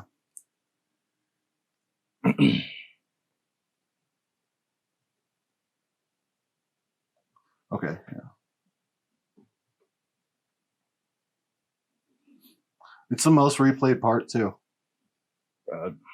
For good reason. Which has led some people to call them fake. For example, if we look at the blue marble from 2000 compared to 2012, both view around the Gulf of Mexico. Yet while the Earths themselves are the same size in the images, See, and that, the that land to me masses just looks look wacky drastically as fuck, different in you know? size. Yeah. This, however, is nothing more than perspective shift caused by the different viewing distances. The Blue Marble 2000 photo was shot by the GOES satellites, which sit in high Earth orbit about 22,000 miles away. But from that distance, getting detail on the surface is very difficult.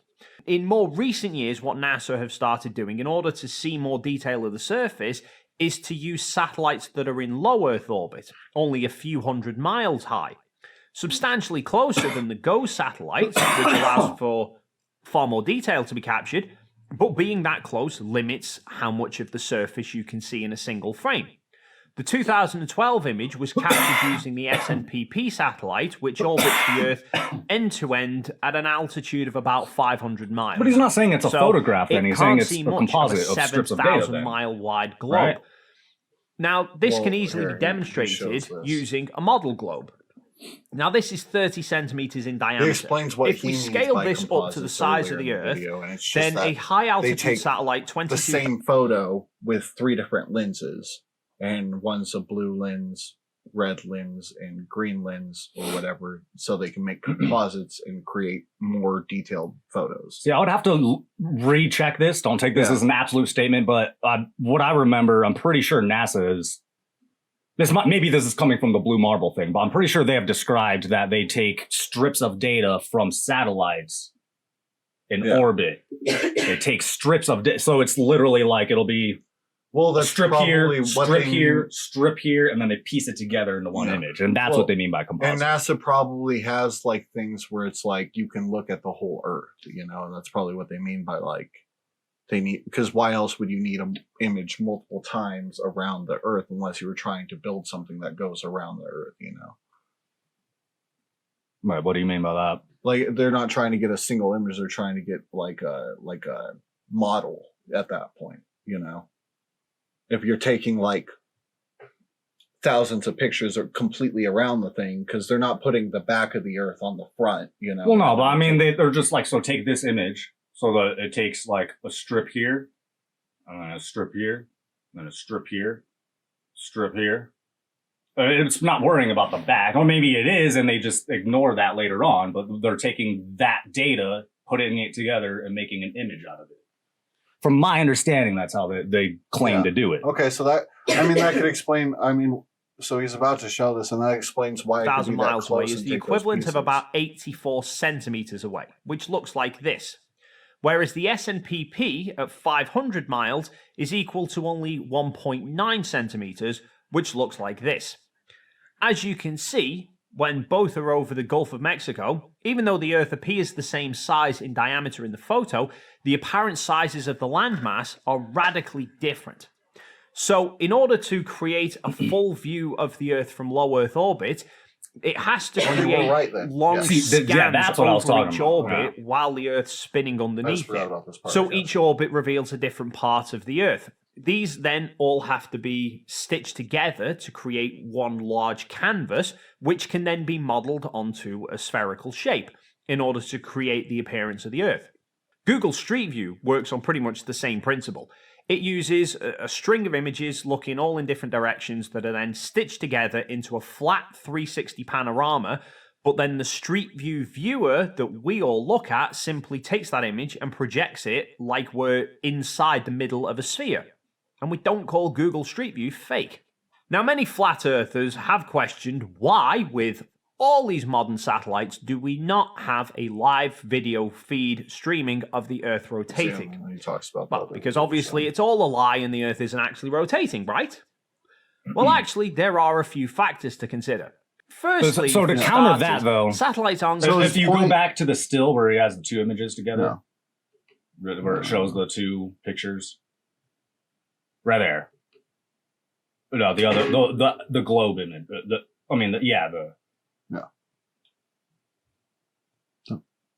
Oh, that's a good spot. right there. Oh, motherfucker. He really wants us to look at the models. No, the supposedly real pictures. Okay. There we go.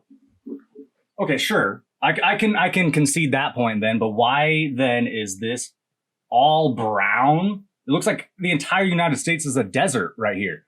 But then here it's green as fuck. That looks like a forest. The whole right side is green and then this side's yellow. So what the fuck's going on there then?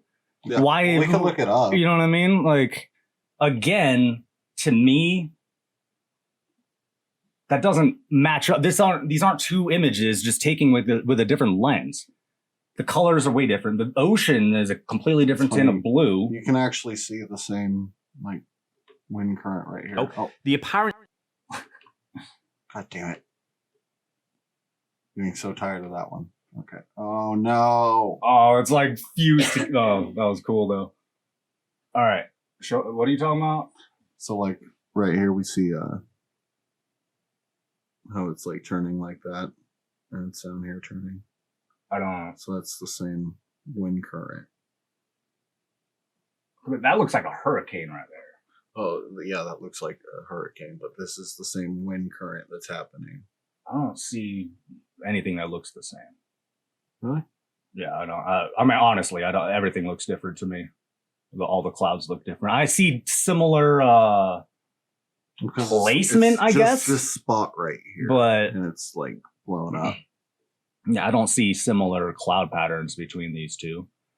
It's not like those two images I shared where the cloud patterns are literally exactly the same. Well, because it's completely different size right here. But even if it's the same size, I don't see that wind current right there above like the where. What is that? I just saw an image that lists. I don't know, that gulf right there. Yeah, I don't know what that is. I didn't know there was like a little like Florida like cape on the other side of the like. Yeah, that's where. Have you seen the old maps where California is an island? Yeah. It's probably because they didn't map all the way around. So they got right here, they mapped all this, and they're like, holy shit, this is an island. And they just assumed that didn't connect right there. But yeah, so yeah, there's that gulf right there. So in this image, there's that. I don't know what you're saying. There's similar cloud patterns. Yeah, I don't see anything the how same. it's turning right here and how it's turning right here. Okay, but I mean, we know currents turn, but I don't see the same cloud patterns. You see right there. Here, I'll do the mouse, actually. I keep using my finger when I should do the mouse. Okay. So it's turning right here. And it's turning right here. The same way. And when it comes down right here, it turns this way. And it does the same thing right here. It looks like a very like because we're looking at it from like this is right here. Are you saying it's showing the same patterns? I don't. It's showing the same currents. Like the clouds are being pulled in the same direction. Well, I mean, I know that happens. Yeah, I mean. Well, I'm saying it's also a consistent thing. Like it's consistent over like. I don't think that would cause the same exact cloud patterns. That was my thing with that meme I shared. You were saying that those were probably just the same wind currents. I don't think you would get the same exact. Well, with that patterns. specific image, obviously, in order it isn't as far as create. We're obviously going to have to like. I mean, we're gonna have to double check a lot of the shit we're talking about here, but yeah. But I also wanted to show this. So in that, he talks about where you can get like original, like Apollo images and stuff. It's this To the Moon website, and so these are. Oh, wow. How'd you do that? I just like tap this and it. It's so weird. I don't know. No, maybe it was timing. Maybe it was just weird timing. No, it's a ghost. I'm gonna say it's a ghost. Okay, so these are original film, like print, like scans. Original film scans of the same, like, this is the same fucking trip that we watched that video about, the transmission from the moon. We can actually get to the same point in time where they took the video, the specific video we watched. It's all the way over here at image 42. So see this the point where he was zooming in. Let's let it load. And he was taking photographs the whole time. He was also zooming in for the TV broadcast. I was gonna say, how are these like way better quality than the video? Because it was taken on film at the same time. And so this is like the film scan. And the resolution is fucking insane. Like, so one of these images, if you download the full original image, the raw file, they're over a gigabyte. Like they're like dimensions that like I don't even know, but we can download a full version. It might take a second. And it can't even, like, I don't even think this computer could properly read the raw version. I think, like, you would have to open it in Photoshop or something because it's a whole different file type. It's like a TIFF file. I tried to download some on my computer to look at them, and they just, like, I didn't know how to, like, I didn't have the right software or something. They were, like, coming out, like, darker, and my computer was, like loading forever to try to open it. But, yeah. It's the same exact trip that we watched last time. There's some pretty fucking, like wild images.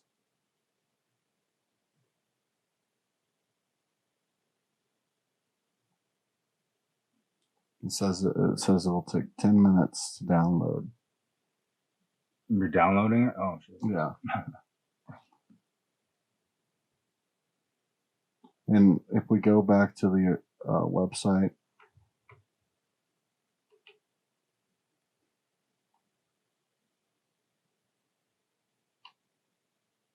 it actually lists it by camera. So all the metadata for it is going to show that it was taken from this specific camera.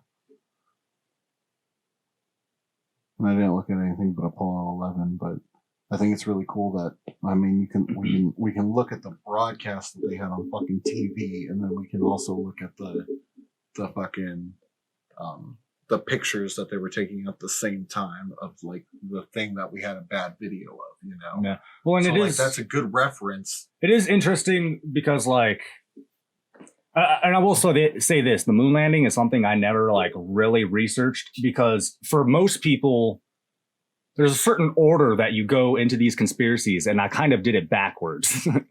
So for a lot of people, they hear the moon landing's fake, they look into that, and then they maybe eventually move on to stuff like flat Earth. Yeah. But for me, I started right out the gate with the most out there and outlandish ones, and kind of worked my way back to like, okay, well, where does all this whole like truther movement shit start from? And you know what I mean? Mm-hmm. And so the moon landing to me was always something that just seemed very obviously fake because to me, like it's wild. That's fucking crazy. Based off of some of the things I'm going to show you, it can't possibly be real if what I believe is true. So I never really looked into it, but I will say it's pretty different than I always thought, because I always, like I said, I always thought it was so obviously fake. It was like, this is silly. They land this fucking tinfoil thing, and they have a picture of the guy taking his first steps somehow. It all seems very silly, but I'll actually say like it's actually very elaborate. Very elaborate. Yeah. Like this would be the most elaborate hoax ever. Yeah. For sure. Yeah. So I'll give it that credit at least, because a lot of people don't give it that credit. Yeah.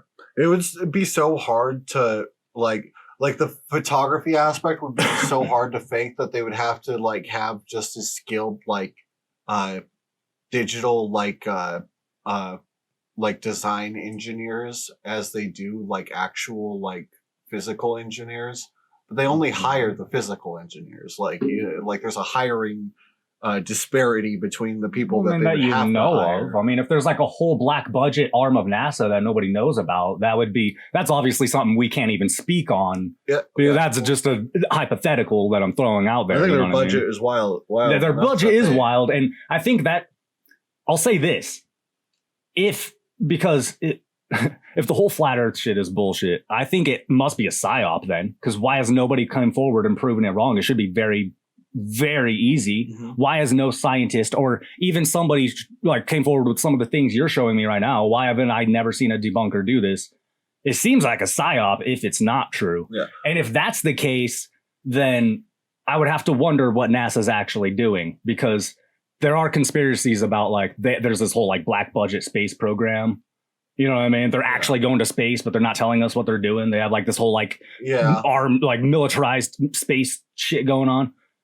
Who knows? I mean, Yeah. I don't know. Well, I think But I think they do have a wild budget, and Yeah. you have to wonder where some of that's going. yeah, and I think a lot of it is obviously just going to like maintain the massive like infrastructure that they've built over the past like 70 years, you know, like they have so many things that they're like paying to like just keep going. But also I think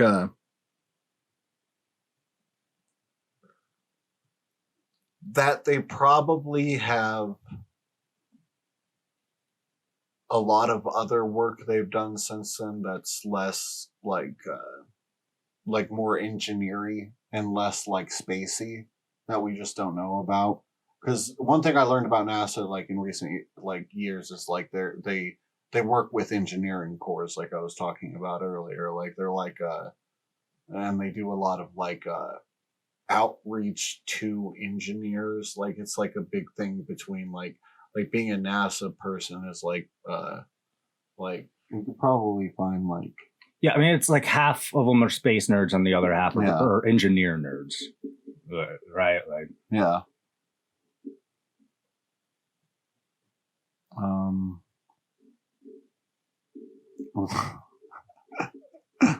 Festival.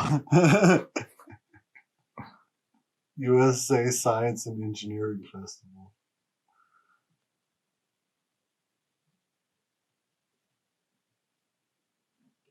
I was gonna say, is that Alex Jones? Right, he's just there at the- That totally looked like him from a glance. Wow, that'd be so funny. Yeah. This is just that's solving that. You know, yeah, I mean, they do an engineering festival. So they're probably doing outreach all over the like there's a lot of paying for bureaucracy in government organizations, and I think a lot of the time it's more boring than people want to like believe. Like Well, it's like But with all of this, like, I think most flat earthers would say that there's a very legitimate like engineering aspect to NASA. Like most, I don't think anybody's saying that it's just completely a front organization and nothing they do is real. yeah. I think the argument most people would make is that most of what they do is real, except for the actual like Like the space stuff. yeah. Yeah. And even some of that might be half truths or something of that nature. Yeah. Like a lot of people who don't believe in space don't think, like, they still leave the possibility that, you know, maybe there's an ISS up there with people on it, Yeah. but they're like, Well, because a lot of people who don't believe in space, like there's like a whole like spectrum once you like. well, I mean, we're trying to be open-minded here. Anybody, like, if we're really going to have a serious discussion about something like this, we have to be open-minded. You know what I Yeah. mean? So, So of course there's a spectrum of people because I think that there isn't like a specific like there isn't a unified theory on the other side, which you know you agree with too. I mean, obviously Yeah. the argument is that the real counter theory is being hidden by the opposing side to some extent, you know.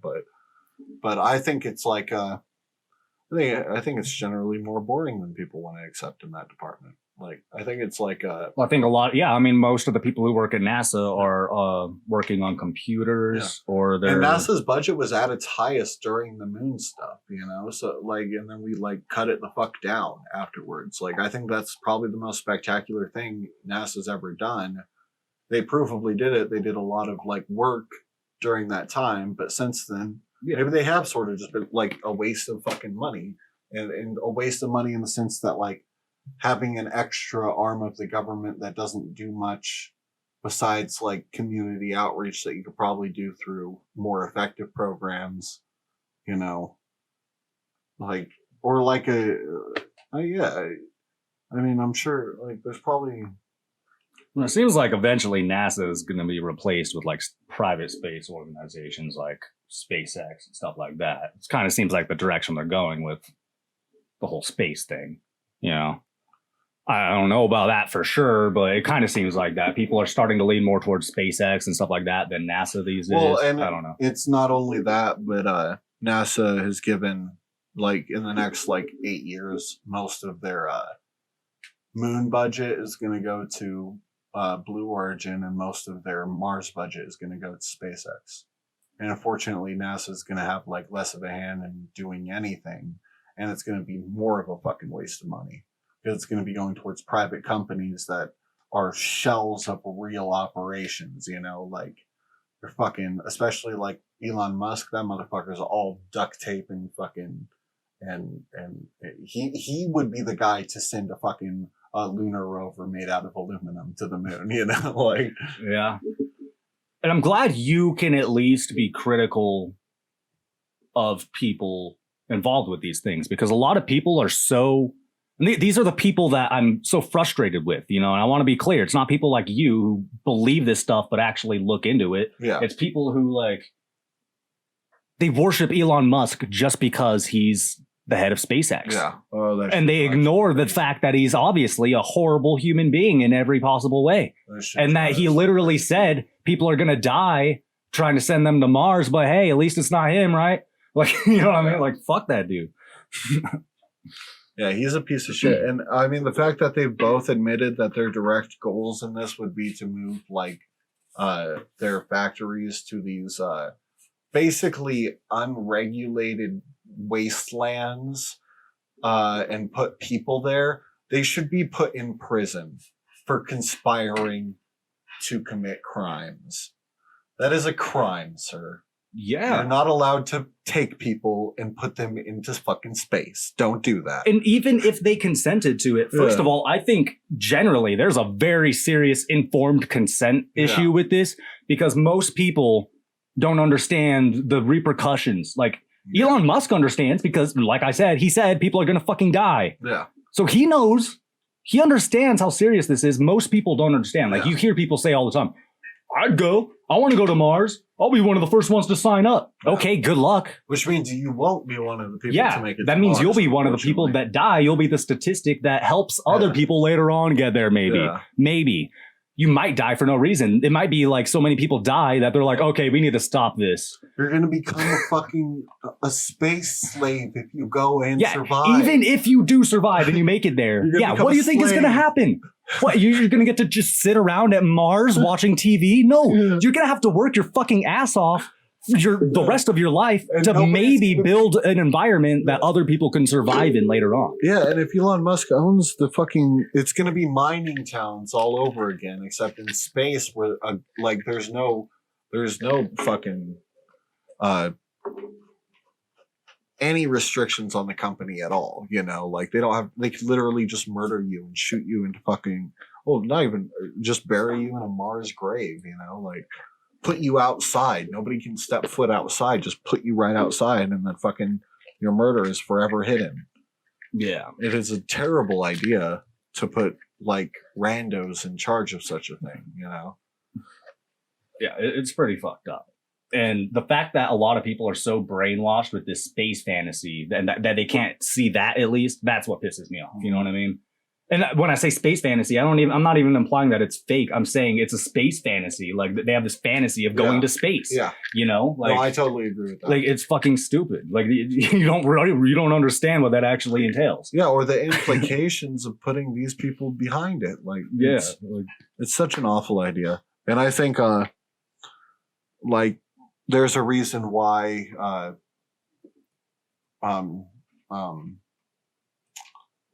the Amazon guy, Bezos, Jeff Bezos, there's a yeah. reason why he only went up so far, you know?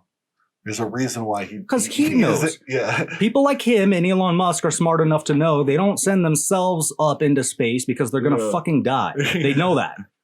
They're not stupid. They're very smart, actually. That's why they're in the positions that they're in. Very calculating people. Yeah, they're very intelligent. They just happen to also be At very least Bezos horrible. is proven to be intelligent. Elon Musk is proven to at least have good intuition in his younger days. I think he has a certain type of intelligence. He's not the kind of intelligent a lot of people think he like, is. Yeah, he's like A lot of people think he's like a modern day fucking Tesla, Yeah. which is No, he's like the No. real life version of the monorail guy from The Simpsons. You know, I don't know this analogy. Who's that? There's an episode of The Simpsons where a guy comes to town and he sells every monorail to the town for a whole bunch of money. He takes the money and then leaves. He doesn't actually build the monorail. He just talks about the monorail and then sells the idea for the monorail and then leaves. Yeah. I mean, Yeah, it's that guy. It would make more sense to you if you watched. Yeah, probably. But I guess I think I kind of get it. Yeah, it's pretty stupid. Yeah. Pretty So let's move on to Project Stargazer. Okay, so this is something I saw, I think probably just a couple months ago for the first time. And it kind of blew my mind. I wanted to show you. This doesn't, I want to be clear, this doesn't prove that everything NASA does is fake. In fact, I don't even think this is NASA. This is the Air Force. But it's just wild. This is just, it's wild. Yeah, I want to see. Is that a something toilet? wild. Yeah, You mean to tell me we've been You'll see living what here I all mean. this time and you never told me we... And again, this doesn't prove, because this obviously doesn't match up with anything else we've ever seen. And that's why it's so wild. But, okay, what the fuck is going on here? Oh, it's Try to make glitching it out. full screen and it's glitching the fuck out. How do I? There's no sound for this video. Oh, okay. It's just like fuzz. I mean, there's supposed to be narration, but I don't think this version has it. What the fuck is happening? Okay, well, let's just.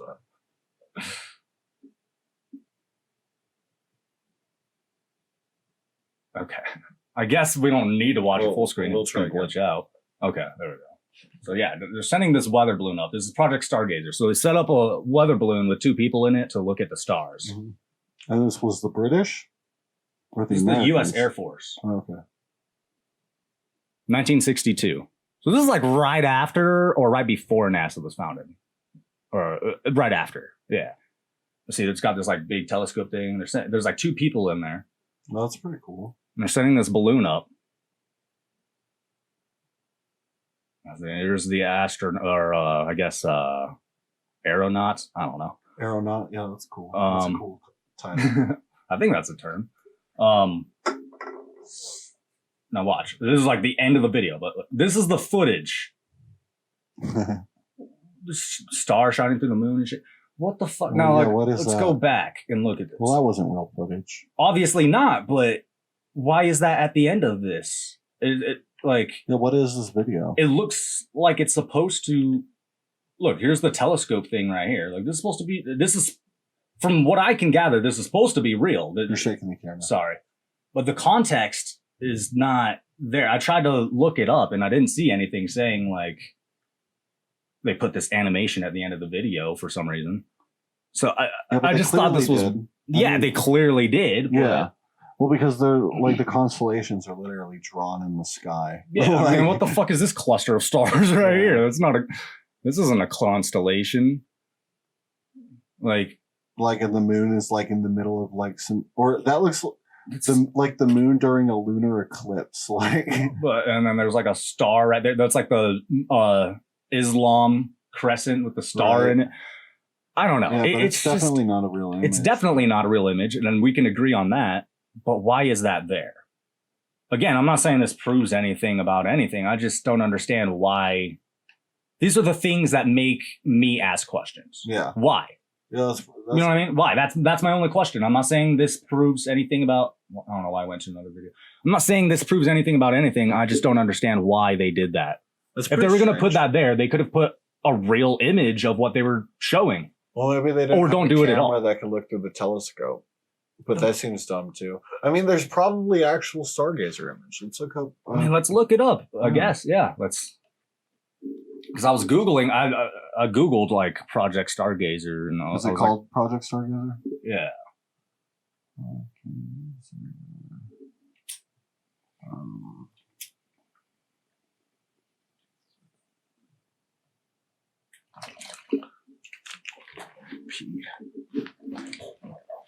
Bam. See, and the first image they show of stars is that image we just looked at. So here we have an image of the astronauts in the capsule. And right here we have the image of the stars, supposedly. And I don't understand why.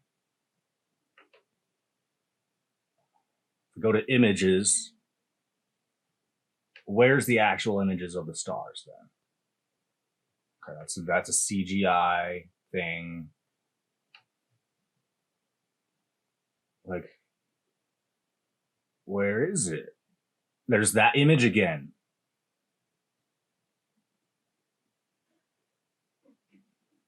There's Metabunk. Let's see what this says. I'm reading this article. Sorry, I should be reading it out loud probably.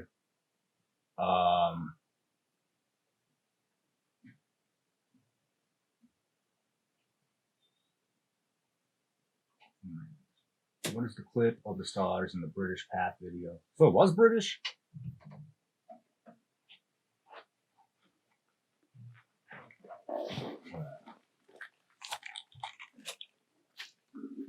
Was it British? I think. Oh, okay. That the British Path, I think, is the video. Yeah, that's the like company that made the video, but it was the U.S. Air Force that did the thing. But here's a Metabunk article talking about it.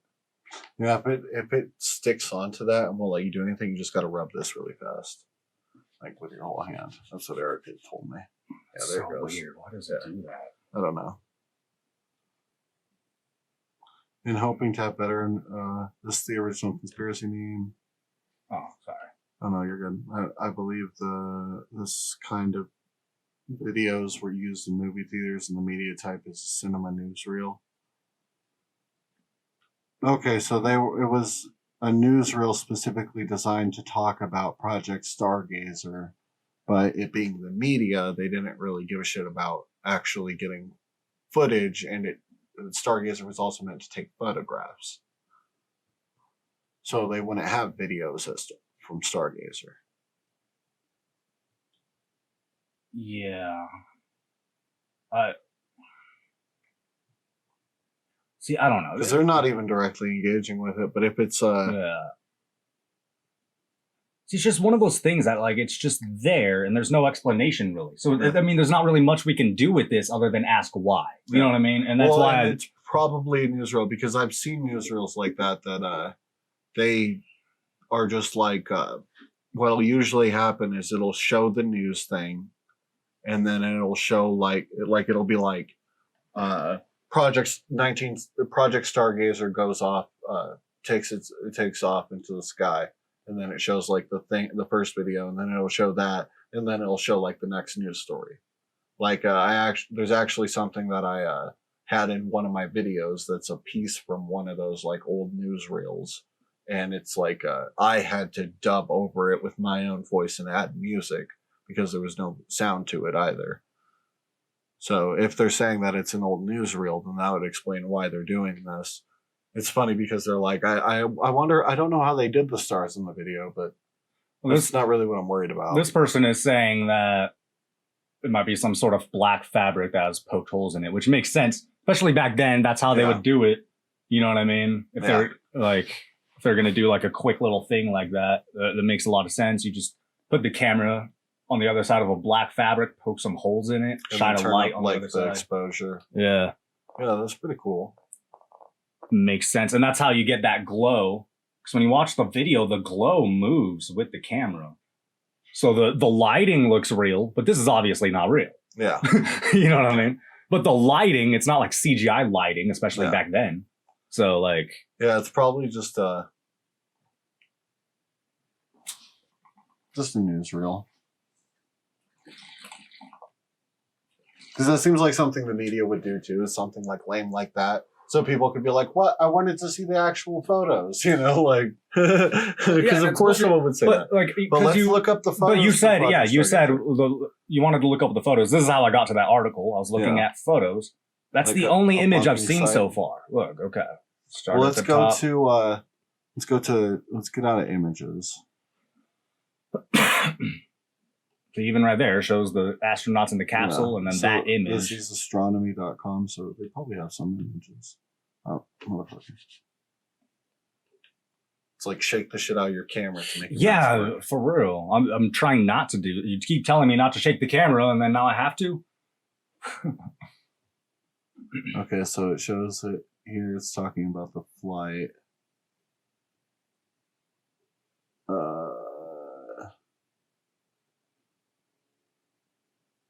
So one of the pilot was a guy that is photographed here jumping from a different thing. It's pretty cool. Can you imagine being like a skydiver in the fucking 60s? Like before there was like they just fucking built planes and you're up there jumping out of the fucking sky, you psychopath. Fucking crazy. Can't Yeah. even imagine.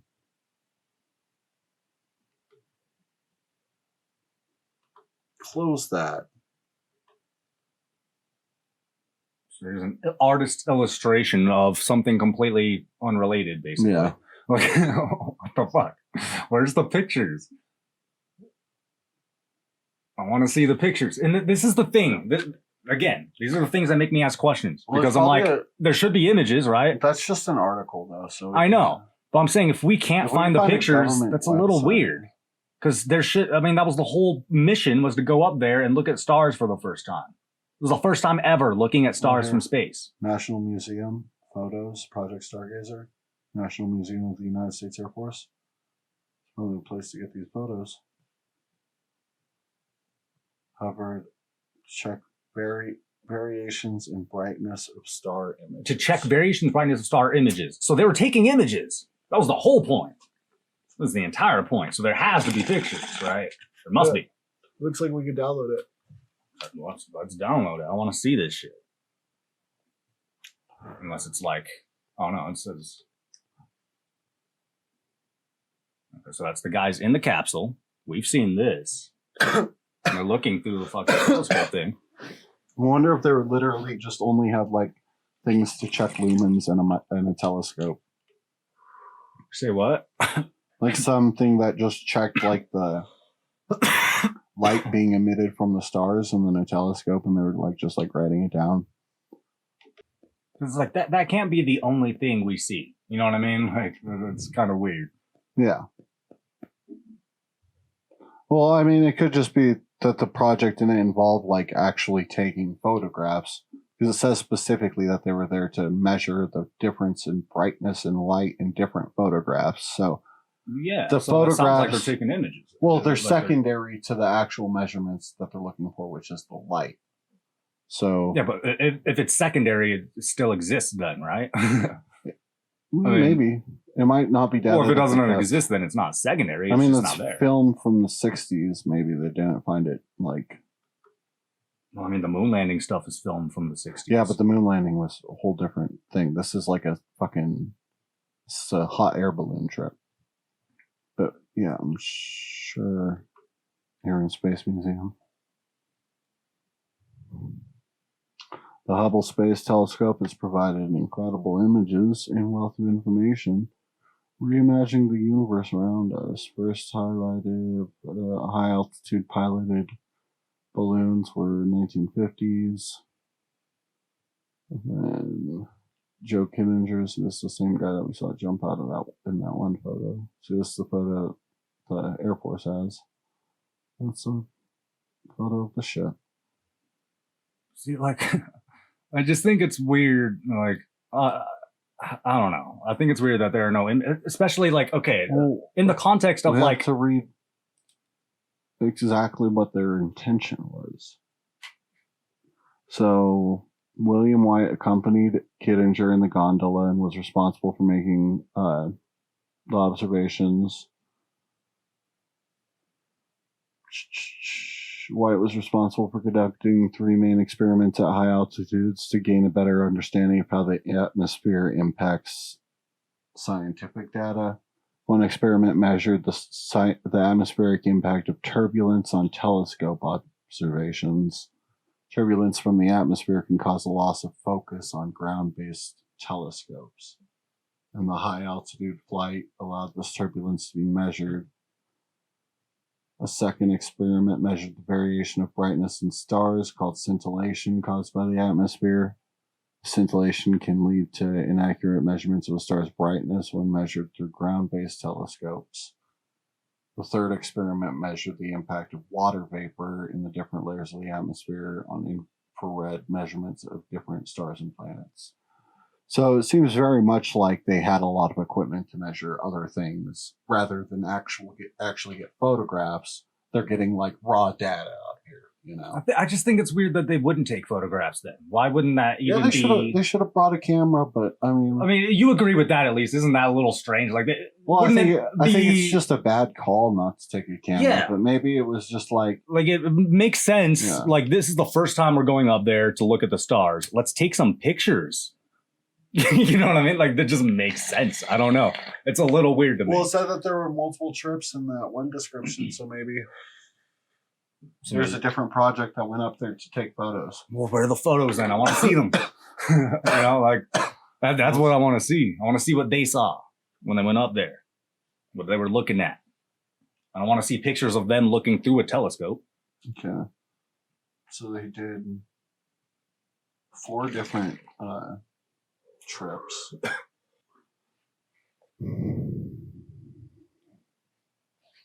Okay, high altitude manned balloon program established in 1954. Malcolm Ross. Biomedical data. So it says the flights made a number of contributions to the space program. Demonstrated that protons from solar flare activity posed a serious risk. It helped develop methods for monitoring solar flare activity. I should have grabbed the water. The 4th flight was the most severe test conducted. Altitude flight covered a horizontal distance of 140 miles. Oh shit. That sucks. The research goals of the flight were successful, but Victor Prather drowned during the helicopter recovery from the Gulf of Mexico. So that guy died. So one of the balloonists from one of the trips died. He drowned in the ocean on accident. How? Well, because they successfully did the goals, and then they landed in the Gulf of Mexico, and during the before the helicopter recovery, one of them drowned. Very unfortunate. And then he got an award. So it's kind of a win. It's kind of a lose-win. If John F. Kennedy gave you an award, would you die for him? No. For him to send a balloon into space? Mm-mm. Nope. You didn't even get any photos either. Yeah, it says nothing about, like, there were no goals to take photos. They were taking, like, very, like, See, I specific think that's measurements. weird. Like, well, they probably had all of, like, the stuff that you would need to take all these measurements and not cameras, you know? but like, we can agree that that's a bad call. You said, Yeah, like, there should have been a camera. There should have been a one of the camera. Like, you're going balloons. up there for the first time to look at the stars. Why least not take some once. pictures? At least once they should have had a camera. Yeah. And it's kind of funny that the news was like, even knew that, like the media was even like, obviously we're going to put something here because they should. Yeah, and that would explain why that's there. Yeah. I guess that would answer the why. But then my question is, why not take pictures in the first place? Yeah. If you're going to report this to the media, especially, like, what good does it do to say we did this thing, but not have pictures of what you did? Really? I mean, you have pictures of the guys doing it, but people want to see what they saw.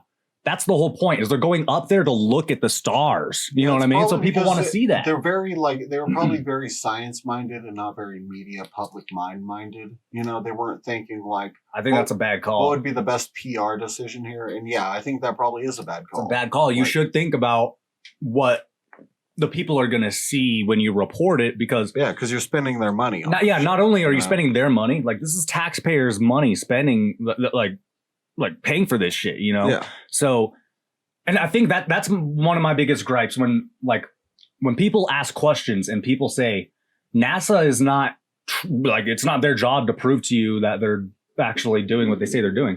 Bullshit. I call bullshit. Like, I want to, of course it's their job. I want to do see that. the proof that they're doing what they're doing. If you're going to tell me that there is proof and you think that there's enough proof for you to believe it, that's one thing. But to tell me that I don't need proof, Yeah, and I think No. people have a lot of shitty responses that push people deeper into their that's ideologies. true. That's very true. I think that's a big Regardless of problem. what's true, the way people respond when Yeah. people start asking these questions is not helping anything. Especially like I think with certain things, like when someone has more knowledge about a subject and they know they're right and they're like a bad sport about it, you can get a very like toxic like vibe off someone like that, you know.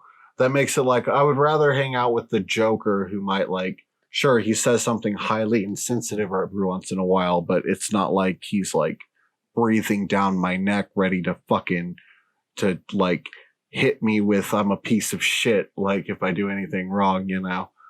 And I think that's something that needs to be corrected, because I mean ultimately that's a type of like that's a type of social fascism. Like that's the kind of shit that caused like the Cultural Revolution in China.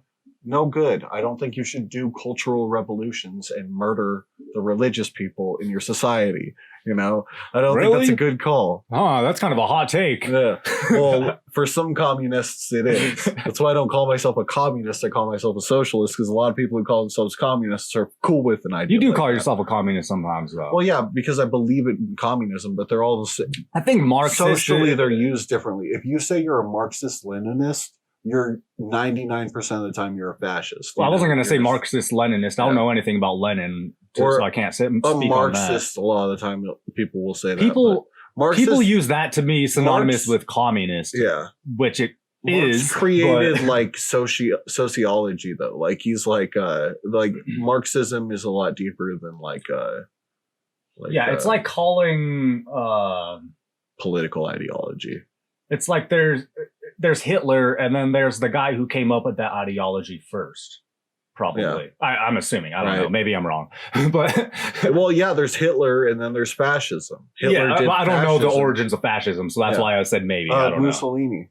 Well, Oh, not- I have heard this. Yeah, I have heard that name, Mussolini. Yeah, so that's the guy who came up with that before Hitler. Yeah, that's where Hitler got his like salute and everything. The Sig See? Heil There was, you go. the So- Roman salute, and the fascists. The word fascist is a Latin term for like a stick that they would beat you with. So if you support Mussolini's ideology, that doesn't necessarily mean you support the Holocaust, right? Or maybe I don't know. Maybe that's wrong. I No, don't that's know. right. You're right. That Am I doesn't right? necessarily mean you support the Holocaust, but your ideology can still lead to a Holocaust. Yeah, because it's still an fascism ideology is that not leads good, to yeah. that sort of thing. Yeah. But I guess that's kind of an analogy where, like, if somebody's going to call you an extremist for being a Marxist, it's not quite the same as being an extremist for being a Soviet Russia supporter. Yeah, exactly. Like being a Marxist can mean anything from I believe in sociology to like the nth degree. Like I believe like everything is all of us are like the exact result of our social environment, you know, like, and that is like my highest belief, you know. That would be like, That's your belief? well, not necessarily me, but yeah, I think that's a big part of things. I think That's, there's also an individual responsibility, but our behavior is widely shaped by social things. You It's know? the same thing. Do you know who Jacques Fresco is? No. He's like kind of like a socialist communist kind of guy. He founded the Venus Project, which is like something that I've Zeitgeist heard of talks the about. Venus Project. Zeitgeist talks about it. But yeah, it's basically a communist utopia idea. Yeah. But Well, like, that's also what fucking Georgetown was supposed to be. Or was it? is that what it's called? The cult that ended up killing themselves, like Yeah, it was something like that. Yeah. But yeah, no, but the Venus Project is a resource-based economy where you get rid of any concept of money. Everything is like, okay, we grow food, people get to eat. You know, like it's very like taking Like- care of the like, community based. paleo communism. Something like that, but it's the concepts are very That high sounds tech very- and like That it's sounds very more like what an anarchist would believe in. it's like very modern dependent times. on the idea of automation. That's the crux Oh, of it. okay. So it's like everything's automated, so everything's taken care of. Nobody needs a job. Nobody needs to work. Nobody needs money. Yeah. That's the idea. But what I was getting at bringing this up is this is the kind of stuff I was looking at before I ever got into conspiracies. It was like Zeitgeist, and I got into the Venus Project and Jacques Fresco. It was like pretty inspirational because like he expressed some of the ideas you're talking about right now. He talked about how like we're the product of our environment, and he would say things like, there's no such thing as beauty. If normal people had a pointed head and two horns, you'd fall in love with them, you know, like things like that. Like he's like making the point that like the way you view the world is based off of what you grow up around. So people who grow up around nudists, they don't get all pervy when they see naked people. But a Muslim who isn't allowed to look at a woman's ankles ever, when he gets to see those ankles, he's going to think about it differently than we do. And like the way people even like would perceive something as being a Muslim would depend on like where you are, how your culture raised you. Shit that started thousands of years ago that you have no control over impressing on your mind ideas, you know, like the Uyghur Chinese in fucking China, they're like genocided and fucking like apartheid did because they're Muslims in China, you know, and that shit's been going on to those same people from the same, not the same government, but different Chinese governments who all don't like this specific group of people because they're Muslims in China, you know, and it's just been going on for hundreds of years. And it's like an idea that like people in these areas are like deeply influenced by without having any control over it. That's just one example, but that's how everything is, you know. But also there is personal responsibility. Like I don't think like just because everything in your life prompted you to hurt somebody, I don't think it's like excusable to ever hurt somebody. You know? Like, well, and like so where this guy would go with that is like if you create an environment where people don't experience harm in the first place, there would be no aggressors. Basically, like he's theorizing that you could build a society where there's no crime. I don't necessarily believe that. Like that. I think you could minimize crime that way for sure. No, but I think you can minimize it to the point where the only people doing crime are bad people. People who are, I think. But his ideology, I think where me and you differ from him is he seems to believe there's no such thing as evil people or psychopaths. Yeah. And I disagree with that. Like, there's definitely evil people and psychopaths who, for no reason, grow up to be hateful and there's definitely violent. An individual that's separate from the social like body that you're like crafted in. You know, there's also a different thing that's like your ego. That's like the person in you. That's like you know, the stubborn thing or the thing that like gives you your personality or whatever, that isn't like you can't just educate out of someone, you know. It's like I mean a lot of, and maybe it's a smaller amount of people than people realize, like maybe it is only like 0.00001% of people are like fucking broken. But I think there is like a fucking amount of like people who, you know, they're not deviant, but they're like they're just inclined to cause shit. They just want to hurt people and cause shit, you know. They'll find any way to do it, you know. They'll find legal paths to do these things, or they'll find very secure ways to do illegal things, you know. Or they'll just wild out and do fucking wild things and end up in jail and shit. But I think like the way it is right now, none of the people who are in jail should be in jail, and none of the people out of jail, like a lot of the people out of jail should be in jail. Like it's like fucked up. Like, did you say none of the people in jail should be in jail? Most of the people in jail should. You know, say that's most of the people currently in jail and prisons, I could probably confidently say probably shouldn't be in there. You know, I don't know if I would say most, we but have a the good biggest portion. prison population in the world, even accounting for like all of like the ratios. You know, like worse than China, worse than fucking that's a fact. I don't personally know the statistics on like the percentages of like we're like violent crimes or anything. China when it comes to incarceration. But yeah, But I'm concerned about the statistics on like violent crime and stuff. You know what I mean? Because Yeah. I like me and you would agree people in there for drug crimes should not be in there.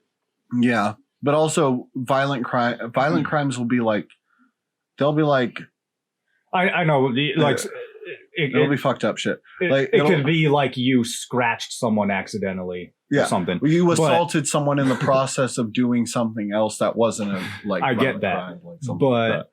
But and the police can just lie and be pieces of shit. Yeah. Be like, yeah, he hit me, or he had a gun, and Yeah. throw a gun next to you, and you're fucked. So I you guess know? what I'm saying like there is a certain percentage of people who definitely should be in prison. I don't know what that percentage is. I'm not going to Yeah. make any statements on it. That's what Yeah. I was saying. Yeah, I think there's probably some people that should be, but like that's exactly what I was saying. Like, I think most of the people in prison right now could probably be released and crime wouldn't go up. You know, I think a lot of people are just kind of trapped in like this fucking web that gets you, and then you're stuck in a fucking dumb building for 30 years. You know, like, and you might have done something bad, but it wasn't something 30 years worth of. Especially people who grow irredeemable. up like in the hood or something. Yeah. And they get caught up like third strike shit fucking put people in prison for life who did dumb crimes like fucking robberies, like do 3 robberies and you're in prison for And the that- rest of your life. That's a Like, big thing with like people who grow up in the hood is they end up getting caught up in robberies and that puts them away for life. yeah. And it's but why are you robbing people? yeah,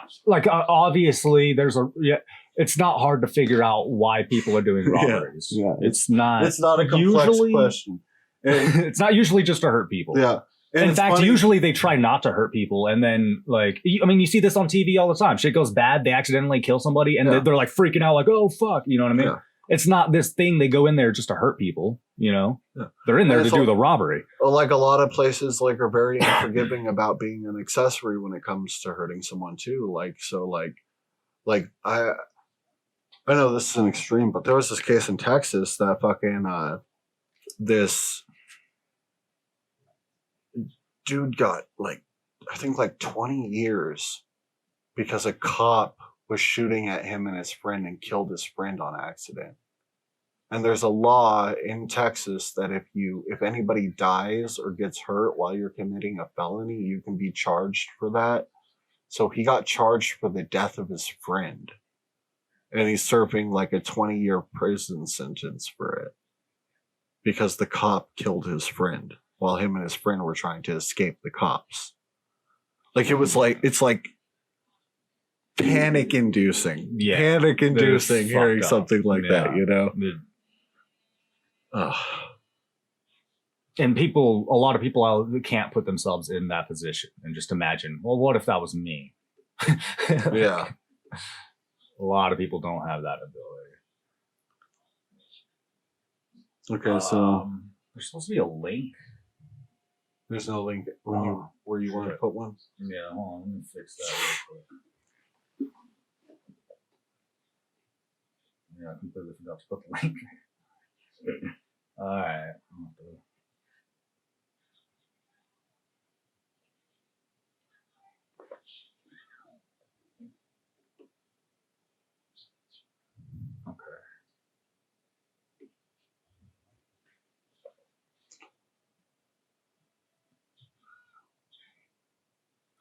Yeah, but a lot of the time, the only argument I've ever heard against people rob because they're poor is people rob because they are deviants who will always be that way. You know, like which is a bad argument. It's a And bad so, argument. like what That what the applies hell? probably to somebody, but not the majority.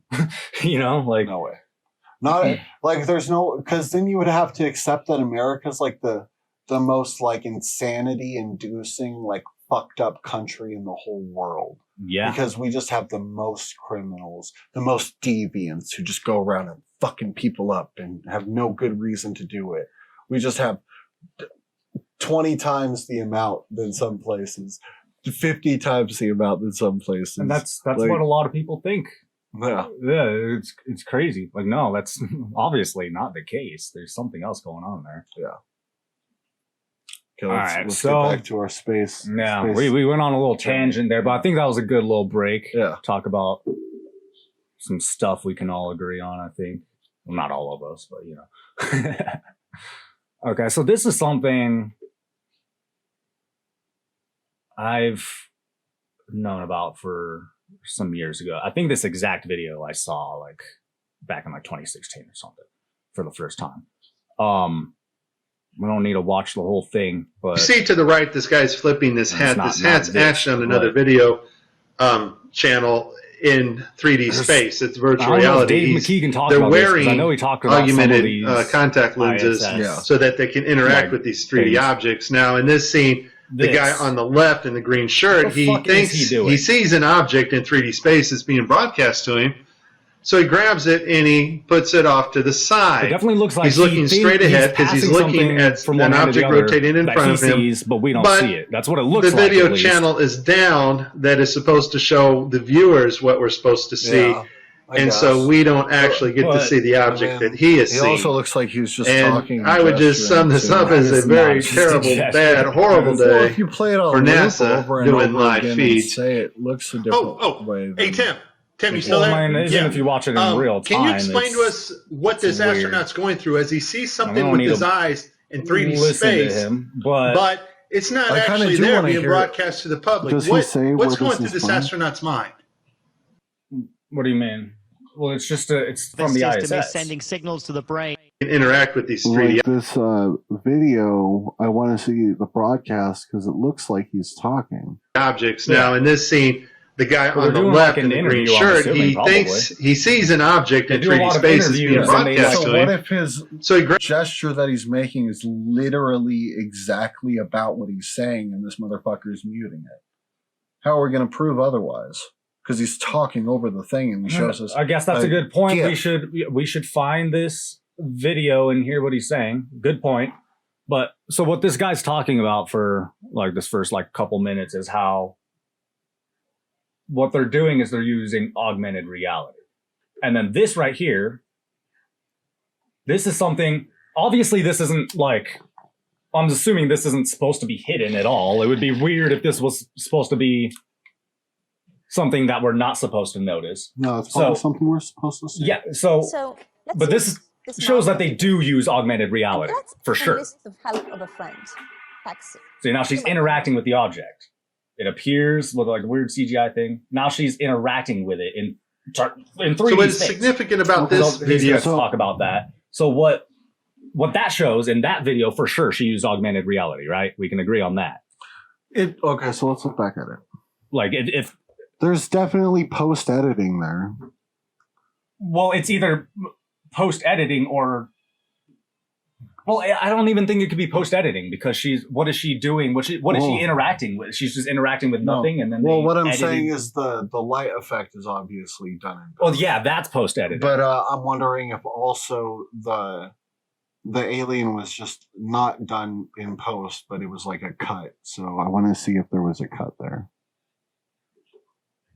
That caught my attention, and you will see the same things that I saw. Let's watch.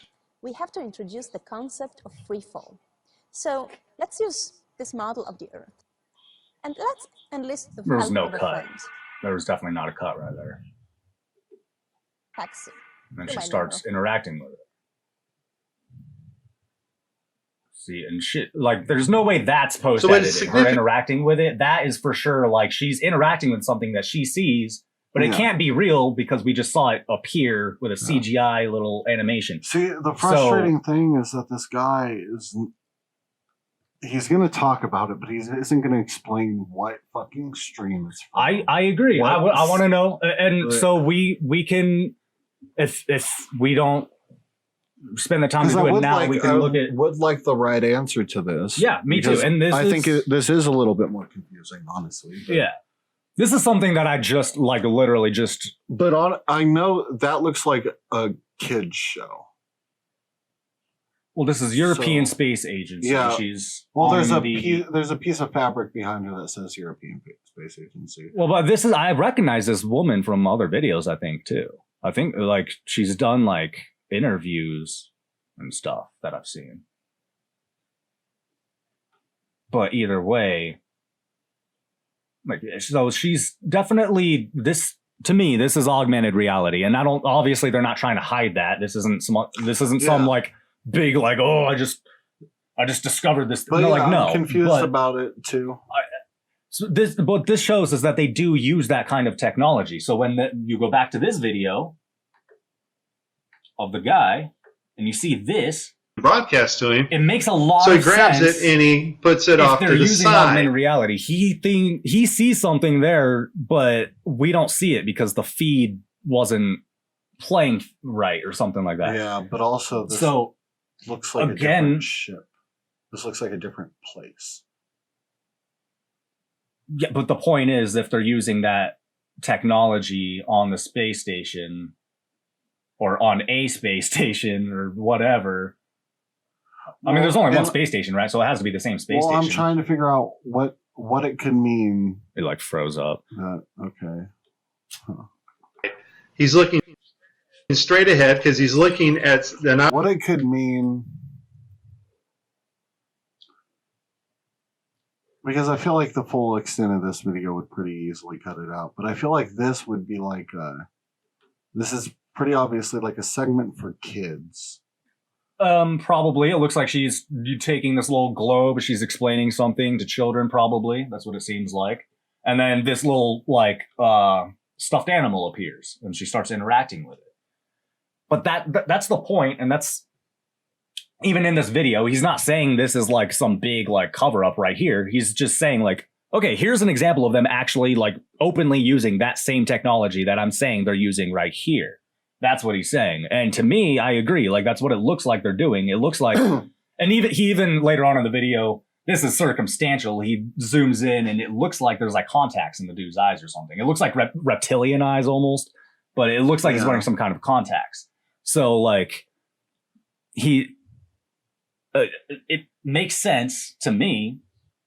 And that's what this guy is saying. When we see this, contact lenses so that they can interact with these 3D objects. even Now, like in this scene, the guy on the left in the green shirt, he his thinks theory is that they're wearing contact lenses that allow them to see augmented. that's his theory. Yeah.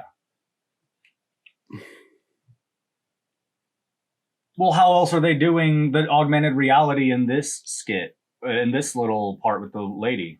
Probably with the technology that exists. There's What no do you such- mean? There's no Contacts such thing. exist? There's no such thing as AR contacts. Are you sure? Yeah, I'm positive. There's no You're such- positive? Yeah, they couldn't build. They couldn't. How do you put know? that much in it. Especially like if we're In a talking contact about lens. this is where I think it's kind of It's silly. like saying like there are injectable microchips. There aren't.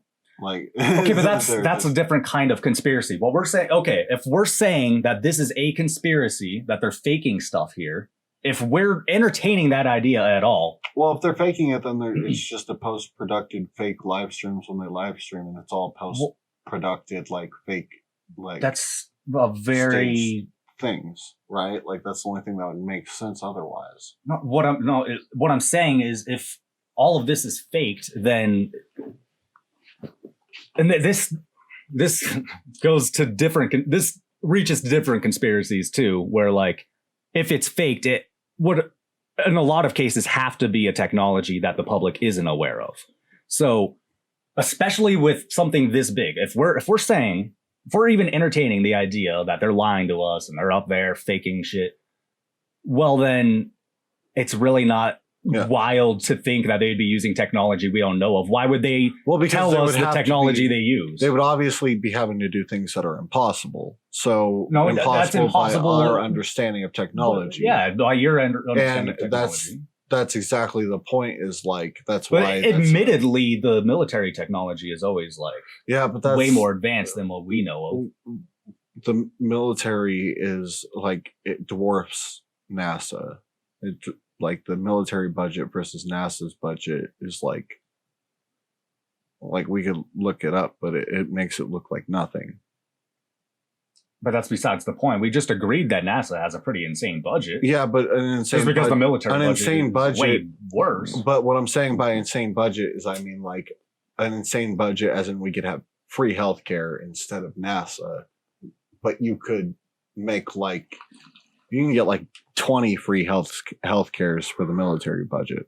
Like, I agree. The military budget is way more. So of course they have technology that I can't comprehend, but they're doing like they're pouring so much more money than NASA. NASA has to maintain a lot of things that's a lot of where a lot of the military budget comes from, is maintaining all of our bases, but also the Pentagon loses like billions of dollars every year and nobody cares. Like, Yeah. but NASA isn't like that. They don't have that much money. They don't get that much money. Still and a not lot that of much money. Just disappears. because it's exponentially less than the military doesn't mean it's not a lot of money. If you I think there are a lot of people with dumb jobs, probably because it's a fucking bloated government agency. yeah, so but- if they're not doing what they're saying they're doing, well then that's a lot of extra money to pretend to do. well, but I think they're doing what. Yeah, well, I think So I don't think budget is an issue. I don't think they would make much money if they were refaking it the other way around, though. They would have to be paying a whole bunch of like people, and it would be like their whole staff would have to live double lives where they're actually good at a different thing than they say they are. No, you know? that's no, because the majority of NASA's staff is doing exactly what they're told to do. It's not, they're not. No, but some of lying. they are. You can't take an engineer and tell him to design fucking CGI models of things. Those are two different jobs. Those are two different degrees. Yeah, so it would be two different people. Yeah, but that's the thing. If we looked at the stats for NASA, there's going to be more normal engineers than there are going to be CGI dudes. Goes back to what I said before. If there was a whole black budget arm of NASA that nobody knows about, then you're looking up the employees on Google or whatever is not going to give you the answers. If Yeah, there's but like a then whole we set can of people just- that we don't know of. I could just theorize that fucking the EPA has a secret black budget, and they actually have like fucking super turtles that live under the streets of New York. Okay, this is actually, I don't know the name. This is a logical fallacy you just did. Oh, I wish I knew the name of And it so I could sound smarter. And that it's pre-programmed, that we're all like we're having programming by seeing the Ninja Turtles. This might just be is this a straw? Yeah, this is kind of a straw man. Yeah, you're straw manning me. Yeah, because like I was straw manning that you is- for comedic effect because it's a podcast. like no, that's not at all. Like if basic, I feel like this is a pretty basic line of reasoning here. If NASA isn't honest about what they're doing, then there would be people we don't know about doing that stuff. Probably it wouldn't be the people we see. Like, yeah, but you could probably call these people.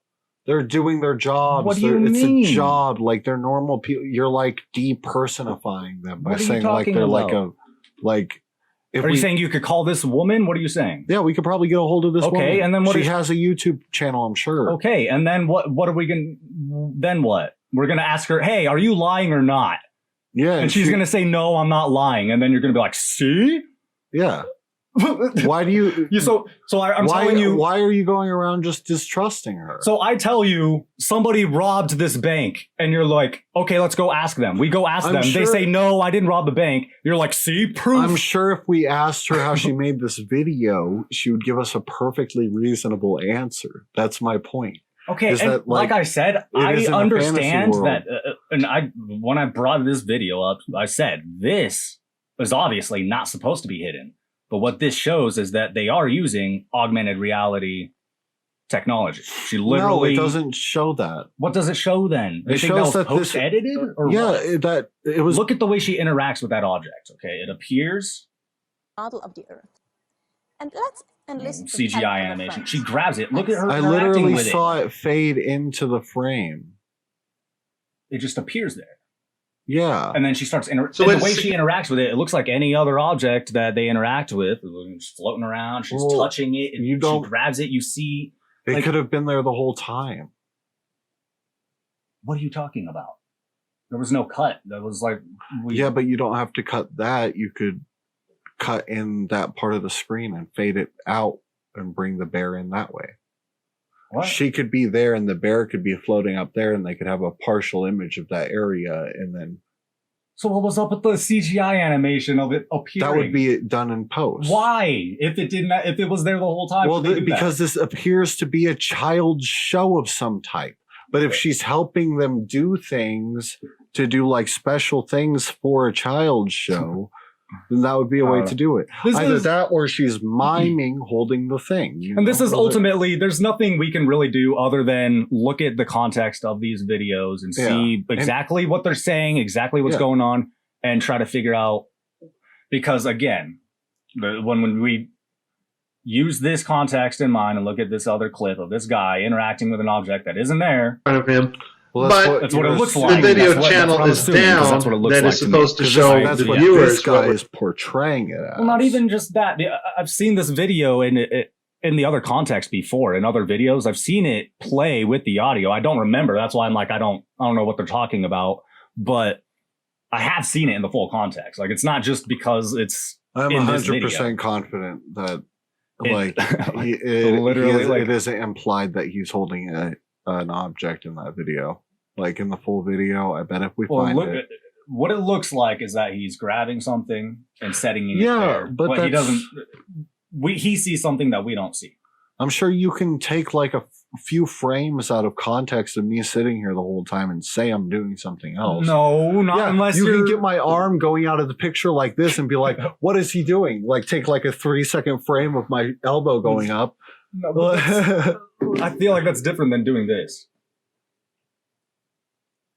He's not doing that though. That's what he does. No, his eyes focus his eyes on are one forward. So, point, okay, so it's and like he's doing this, so it looks like he's talking to so. somebody. It looks like he's passing something from one end to the other. Like a gesture. Like if I was saying like, okay, so and then we put the pudding, we take the pudding out of the vat, we put it into the other vat. You know, you would do a gesture like that. Again, all we can do is look at the full context and just and if he was decide for using ourselves. high-tech cyber AR contacts, he would be looking at the object in space. He wouldn't be staring in one place in the air, you know?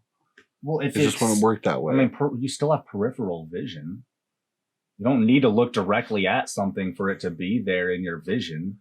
Why would he do You that? interact with objects all the time without looking. Why directly would at he it. do it in a way that makes it look weird and fake? And like, why would he avoid looking at the object when he's tossing it between his hands? I don't think it's him avoiding strange. looking at it. He's just not looking at it. That's kind of a misnomer. I think if we find the full video, he's probably just talking, and he's probably like, "Yeah, we put the pudding in the tubes, and that's how we eat our food." And fucking these motherfuckers are probably taking it out with such extreme content because it's such a short clip.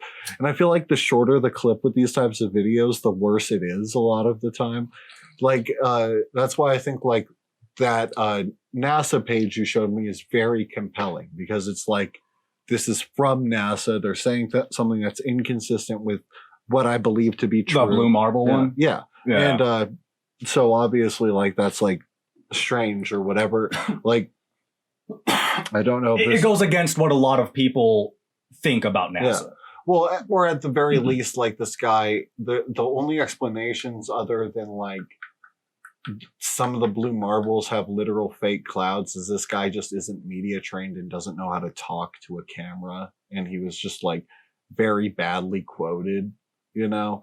That's the only other way to like explain. Well, he said like, that how his poor it job sounds. was to take the ground, the clouds, the oceans, and like stuff but like we that. saw the strips and of make stuff it that they look- would put together and make it look how people expect it, expect the Earth to look. That's Yeah. what he said. Yeah, so I feel like So- like there's a way to argue that he was just like bad at communicating what Could he be. does. I mean- Because the way Dave explained it sounded like the same thing, just explained better. And like, okay, so they take all the strips and they have to put it together afterwards. And they used to take whole images of the Earth just by going out far away and taking a picture of the Earth. You know, as opposed to putting strips together. That's why this guy's job would even exist, because he has to put the strips together. But before his job wouldn't have to exist, like the photo I showed you, because the image of the Earth may be far away, but it's the whole Earth, you know, as opposed to taking pieces and putting them together. But he sounds incredibly dumb when he talks, you know. Well, a lot of these NASA guys do, and that's another thing that gets me. But is that's like- what happens when you take people out of context a lot of the time. You can make someone sound incredibly dumb by taking them out. Well, some of them just don't seem. Or you can make someone sound bad by taking them out of context. You can make There's- someone sound anything. There's this one guy, Don Pettit, and watch some videos of him. He he might be like, and this isn't me insulting him. He might actually be like autistic or something, and that might be why he seems so weird. But he's a very weird guy. It's just not what you expect from a fucking astronaut, scientist, engineer guy. You know what I mean? Yeah. Because he talks so like, I don't know. You just have to watch some videos. Yeah. But I mean, like, it's hard to like. That it's doesn't mean he can't that, be like, smart. It's just this is funny. This holographic his gauntlet argument. is the weapon that Dan will be using while playing Project X-Ray. You'll notice that as he moves his arm, the hologram moves as well. This is a wearable hologram. And when you combine technology like this with the environment It's the weight. understanding of HoloLens, you can do some pretty It's spectacular things. HoloLens. But he's saying it's small enough to fit in your eye. And HoloLens is famously dumb, doesn't work right, doesn't fit like well. It like weighs like 1.5 pounds on your fucking And eyes. can even use his and shield it to defend bombed. himself. This thing bombed when it came out. okay. But again, if the government has technology more advanced than we know of, which they admittedly Nicely always done. do, Looks like that's all of them. then In 2012, NASA we know got that tired exists of in some faking form. Maybe weightlessness by using the commercialized 0G version plane, didn't better work known as very the well. Vomit Comet. So in 2012, But if we they know started, it can exist, then it's not wild to assume that the government would have a better version of it. Yeah, but it's also just as reasonable to assume that the money that they already invested in being able to get into low Earth orbit, where it's like low gravity and they get to like float around in their ships, like they wouldn't like also be like, yeah, whatever kids show this is connected with, PBS Britain or whatever, we'll bring a stuffed animal aboard the most recent thing and we'll do a bit with you for the children. For the children. I don't know, how would a British person say children? Not like that. But yeah, like for the like they're like it's just like a British collaboration with people who were in low Earth orbit. Like if they could already go to low Earth orbit, wouldn't it make more sense that they just like did a tiny bit of cheap movie magic to make the fucking bear appear rather than they have like things that like the way I would do that scene, which is very simple, is just have part of a still of the same background covering up the bear part, just that one strip, and then fade it in. And if you look at it, the same time that light comes on, the bear fades in. So it looks a lot like whoever did this in post for the children's show, they already had the bear on the ship and they made it fade in by removing that part and then doing that little like dumb flash of light, you know? But in her world, because it's like movie magic, in her world, the bear was already floating there the whole time. She had the bear just sitting there. And then when the part came, they made it like teleport to make it seem like Star Trek for like the kids, to make it seem even more sci-fi for fun. And then a bunch of like just the most cynical people on earth saw this and were just like, motherfucker, like this guy. You say you're the most cynical people on earth. I don't know about Well, I that. think It's this just- guy's more cynical than you. I think you see this, and obviously you have good questions here. But I think this guy has pretty good questions too. Yeah, well, I think he has more answers than questions. This guy. Well, he thinks he has answers. Yeah. I'm saying you're saying his answers can't be true. I'm saying they're maybe. very cynical, and they like an easier explanation, like would, or at least like an explanation that would fit in the context of like the other side. Like if you aren't just like ignoring all of like the other stuff, like if they could go to low Earth orbit, they could collaborate with a kids show to do this, you know. And it's not, it's like a very easy special effect. Like I promise that's not a hard special effect to pull off. I promise it isn't. I'm not saying that is. And I'm what sure you're saying, but that's assuming that's what was going on there. Well, yeah, but again, that's what we have to find out. Yeah, because I think by that light effect, it's very obviously supposed to be something done post like recording for something like for kids, so they can be delighted by it. Like they're not trying to present. Well, obviously, that adults light as real. effect was post edit. Yeah. We agree on that. But that's also how they would do the bear effect. It would also be in post. She wouldn't the bear didn't get teleported in the room, and we can tell because of the lack of cuts. The bear wasn't teleported in the room.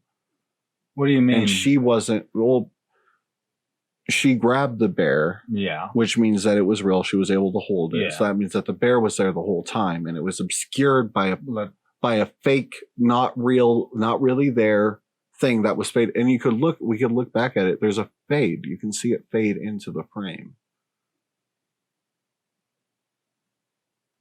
It doesn't fade this way. No, it doesn't come in like a fucking animation. Appears there. Yeah, it In doesn't place. just pop in. It But fades. It still appears there. It's not there, and then it's No, there. but So what I'm let's saying use is this model of the Earth. And let's enlist the they help could of just as easily had this part, the same image before. Like they could have. I could literally redo this effect by coming back here, taking a cut of that, and then using that to obscure the bear, and then fading it out afterwards, and just making sure she's in the right spot for the shot. It's that easy, and it's the only you can't make a bear teleport, and there's no cuts to where she is, so she's in the same room with the bear. Like there's no like. Well, obviously, the argument isn't that it teleported. Well, yeah, no, but what I'm saying is like she can do this all very easily without like magical technology, other than the very magical feeling technology of being in like low gravity, low Earth orbit, where she's like floating around.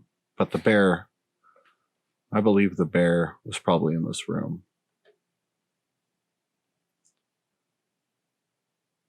Yeah. So what is significant about this video is that shit. Well, he lets us like he's like he has a little eyedropper and he has like the fucking honey in it, and he's just dripping the honey. He's like, "Don't you love that? Here's a drop. Just keep. Here's a little drop." Now I think this honey is actually. I don't know where I'm going with my metaphor. That's a kind of a cynical view on this. I think maybe he should have showed a little more context, but maybe if we look at the videos, there really wasn't much context to show. So until we look at the full context of the videos, it's hard to make a judgment. But how do on we this. find the context? Do we take a screenshot and do a reverse? That's a image good search? question. Maybe we could do that. I'll come back to this. Yeah. I'll do a reverse See, image search. this is why I screenshot. haven't figured this out on my own. We'll do this because I'm not sure how you do that. I've seen this and I was like, wow, that's weird. There's a lot of things I've seen like that. And I'm not saying this is absolutely what this guy's saying it is. But I think it's fucking weird. I think though. my theory is pretty good. I think my theory is probably. But I think when you go back to the other clip of the guy, it's still like, maybe you're right. Maybe it's just a gesture. I think it's probably a gesture. But I'll try to find the sources for both of those, and we'll talk about them. Yeah. If I can find them. If I can't find them, then it'll just be. There's not much we can really Yeah. discuss further than this. Yeah. Without more context. Okay, so we're getting pretty late in the show. We are getting but pretty late in the show. We'll probably have to. Yeah, we'll have to. Yeah, we'll let's, definitely have to continue this next time. Yeah. I had a lot more planned. I want to hear about this Axis of Evil. That sounds kind of cool. Huh? What's this Axis of Evil? Do we have to know about everything else to know about Axis of Evil? No, we can talk about that. No, that sounds kind of cool.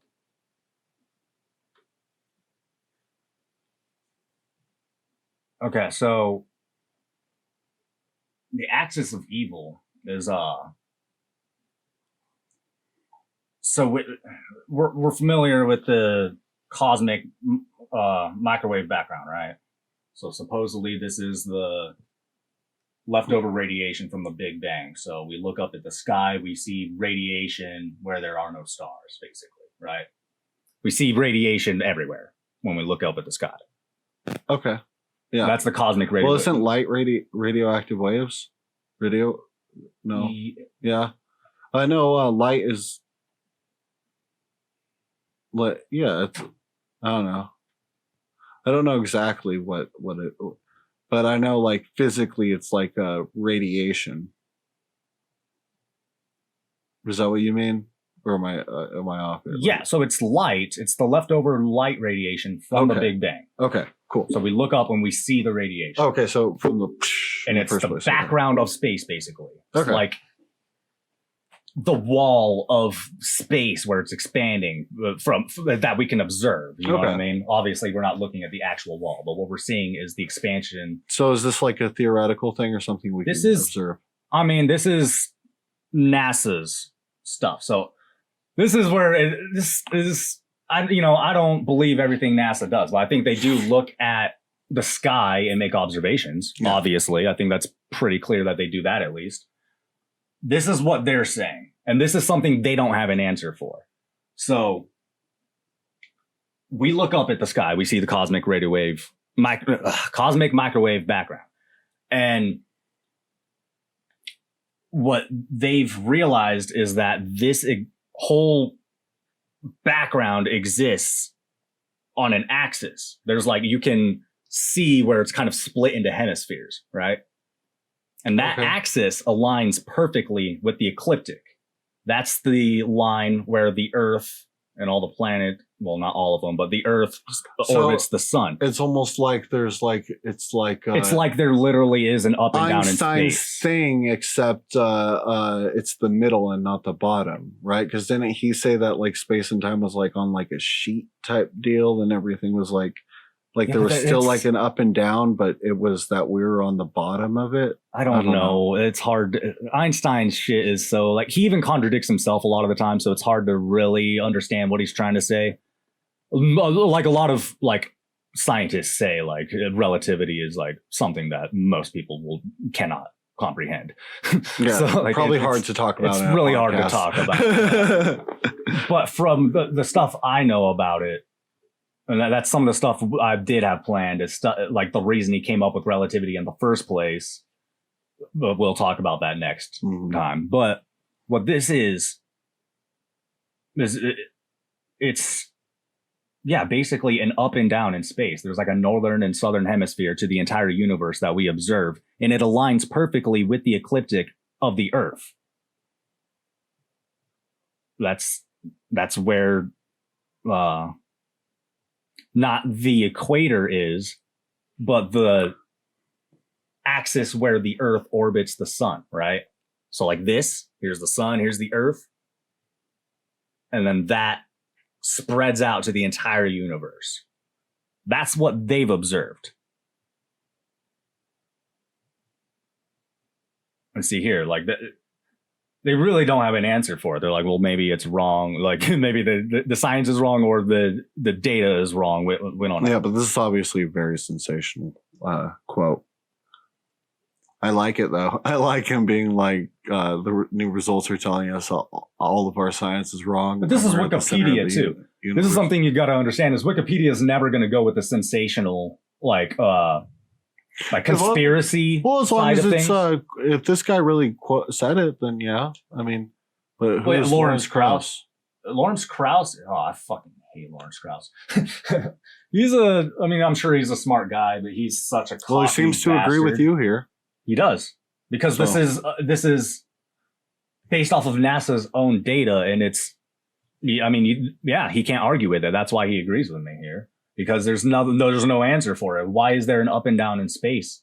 We were all told there is no up and down in space, but this seems to show that there is. When we see those models of the solar system, and there looks like there's an up and down, that actually exists. That up and down actually exists from Wow. what we can observe. It's weird. Well, and it's kind of funny that, like, it seems like if this is all legit and on the up and up, that we just kind of learned that there is an up and down, but this guy seems to be exaggerating that we're at like the center of the universe. It sounds like we're kind of like that everything spins on an axis in the universe. But doesn't that mean like, couldn't we like, don't we observe things north of the axis? Like, and aren't they spinning on their own axes? What? Like, there's the Milky Way galaxy, and we can see that.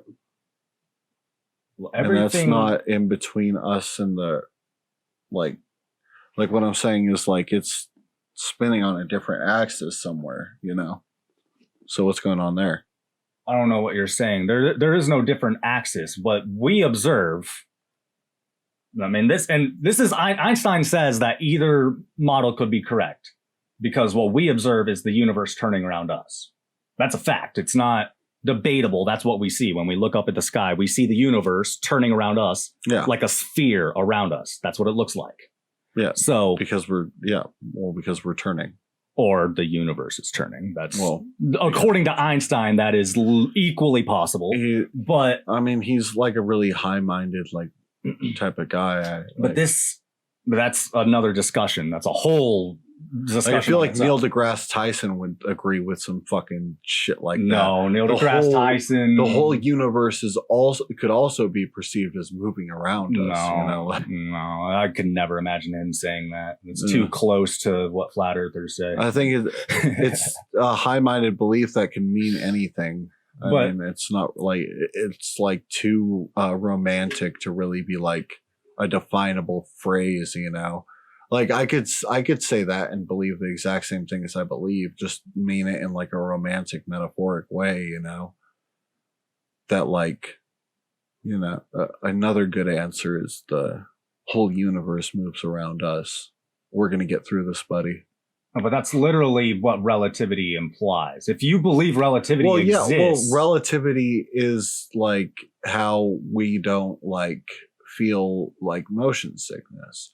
But it's there's also more complex than that. But that's relativity as a general term. But then there's Einstein's theory of relativity, which states that literally everything in the universe could be the center. You could take anything, use that as the center. Which I mean that makes sense too. But if because they're saying there's no definable point in the universe, but also I could see where that in your mind could contradict with the Big Bang Theory. But I think it's all like probably like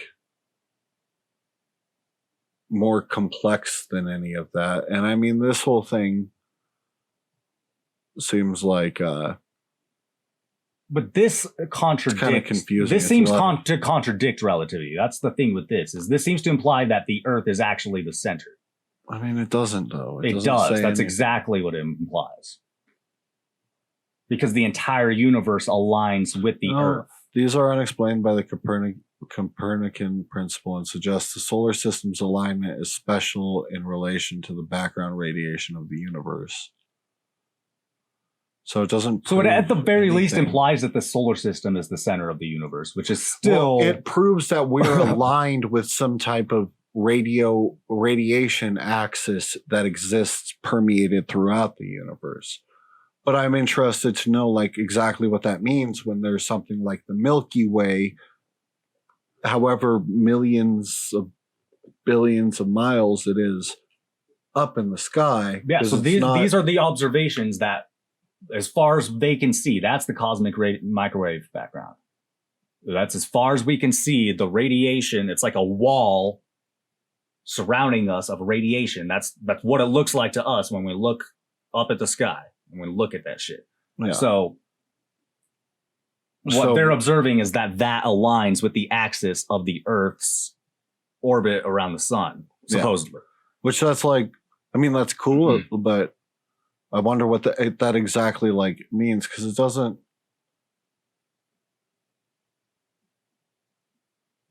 Yeah, see, model the various studies of the CMB anisotropy data either confirm the Copernican principle, model the alignments of a non-homogeneous universe still consistent with the principle.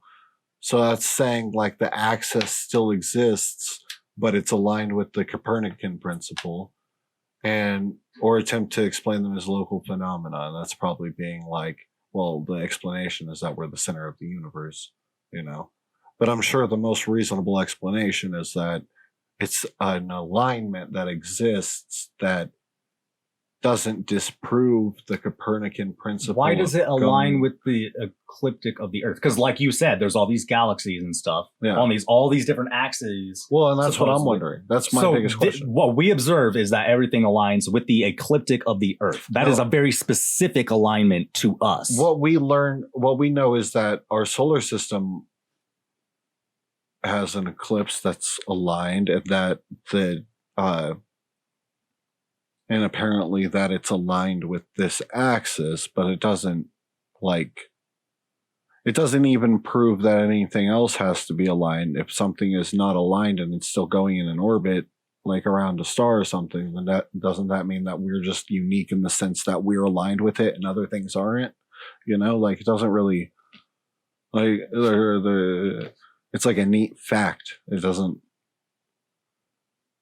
It's like I think you're not understanding the implications here, because even the scientists themselves seem to be pretty dumbfounded by this. well, it says that some models seem fine with it. Like it still works with the Copernican principle, like in some models. So I don't see why it says that, but I would like to hear the an actual scientist elaborate on that, because all I've heard is them express that this makes no sense and they don't know what to think about every it. single one of them. See, I like this guy's thinking. He's just like, yeah, it's probably a coincidence. People like to find things unusual. I think that's a cop out a lot of the time. When I you think- can't explain something, you just call it a coincidence, and I then think you in this situation, brush your hands. well, I think in this situation, it would have to be if there's something like the Milky Way. You would have to be like, well, the Milky Way isn't actually like the same thing as our galaxy. It's just like a different thing. And these things function by wholly different mechanisms working on them, rather than we're like the current concept is that we're in a galaxy and then the Milky Way is another galaxy we can see far away, you know? No, that's not what they're saying. Well, but what I'm saying is if our solar system going around the sun is aligned with this axis, then the Milky Way would have to be aligned with the axis for it to be important to me, right? Well, yeah, the entire universe is aligned with it. It's the radiation that permeates the entire universe is split into hemispheres. So that includes the galaxies and everything too. It's all split into these hemispheres. But you're saying you've we're got, lined up with the center, right? Huh? You're yeah, saying we we're are aligned with the center. Well, that just seems specifically. like a unique thing about the Earth that isn't really Let's add it to the list. All of the unique things about the Earth. Well, I mean, maybe it has something. Maybe it does have an impact on way radiation works with the magnetic magnetic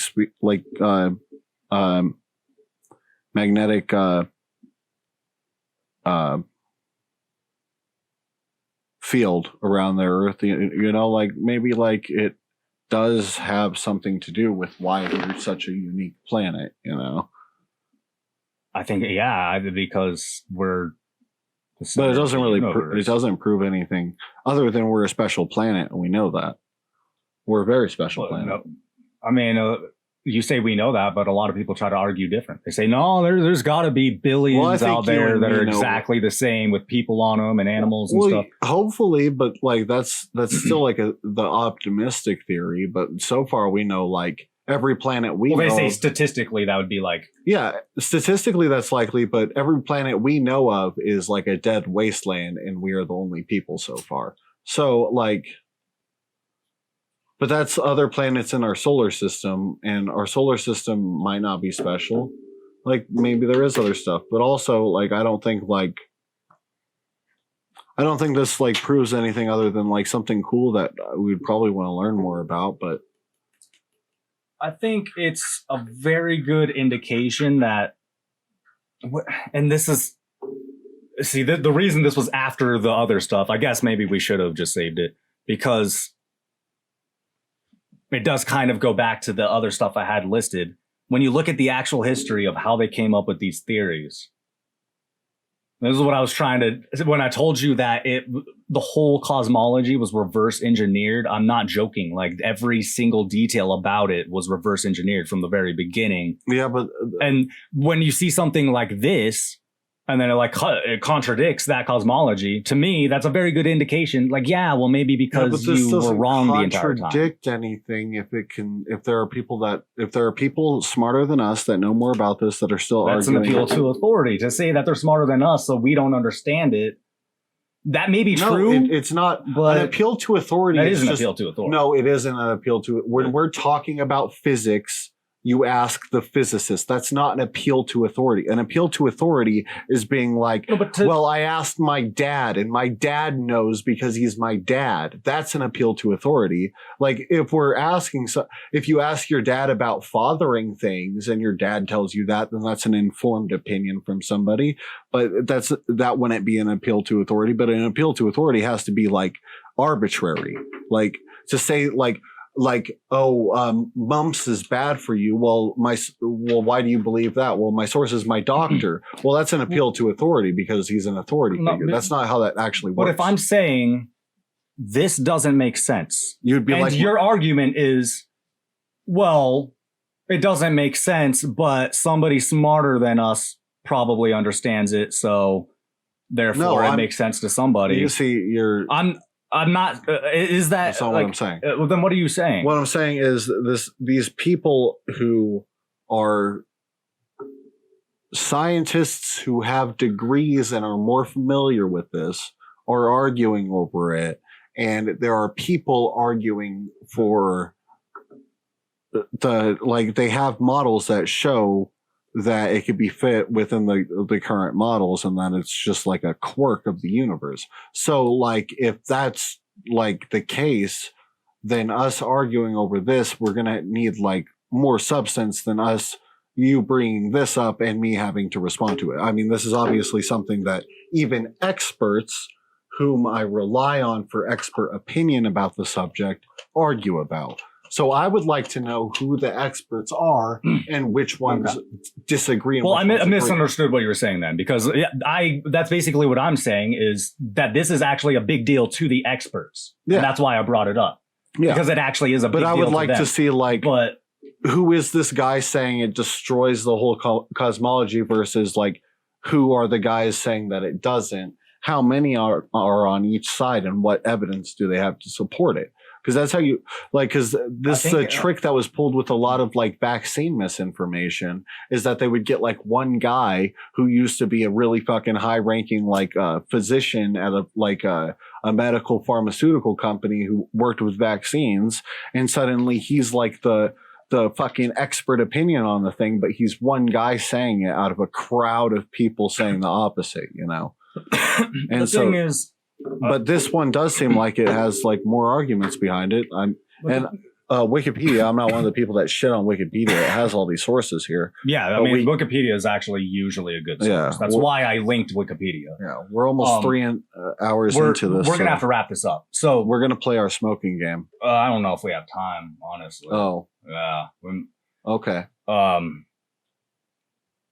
We might have to save that for next time. Okay. Kind of sucks, but yeah, this ran a little longer than I was hoping. It's like pretty fucking late. But in conclusion, like what these conversations boil down to with the experts a lot of the time, actually like most of the time, is philosophical. And like, I guess I'll just close it off with, there's a fucking quote from Edwin Hubble, the guy that the Hubble telescope is named after, right? I'll try to find this quote. And he said,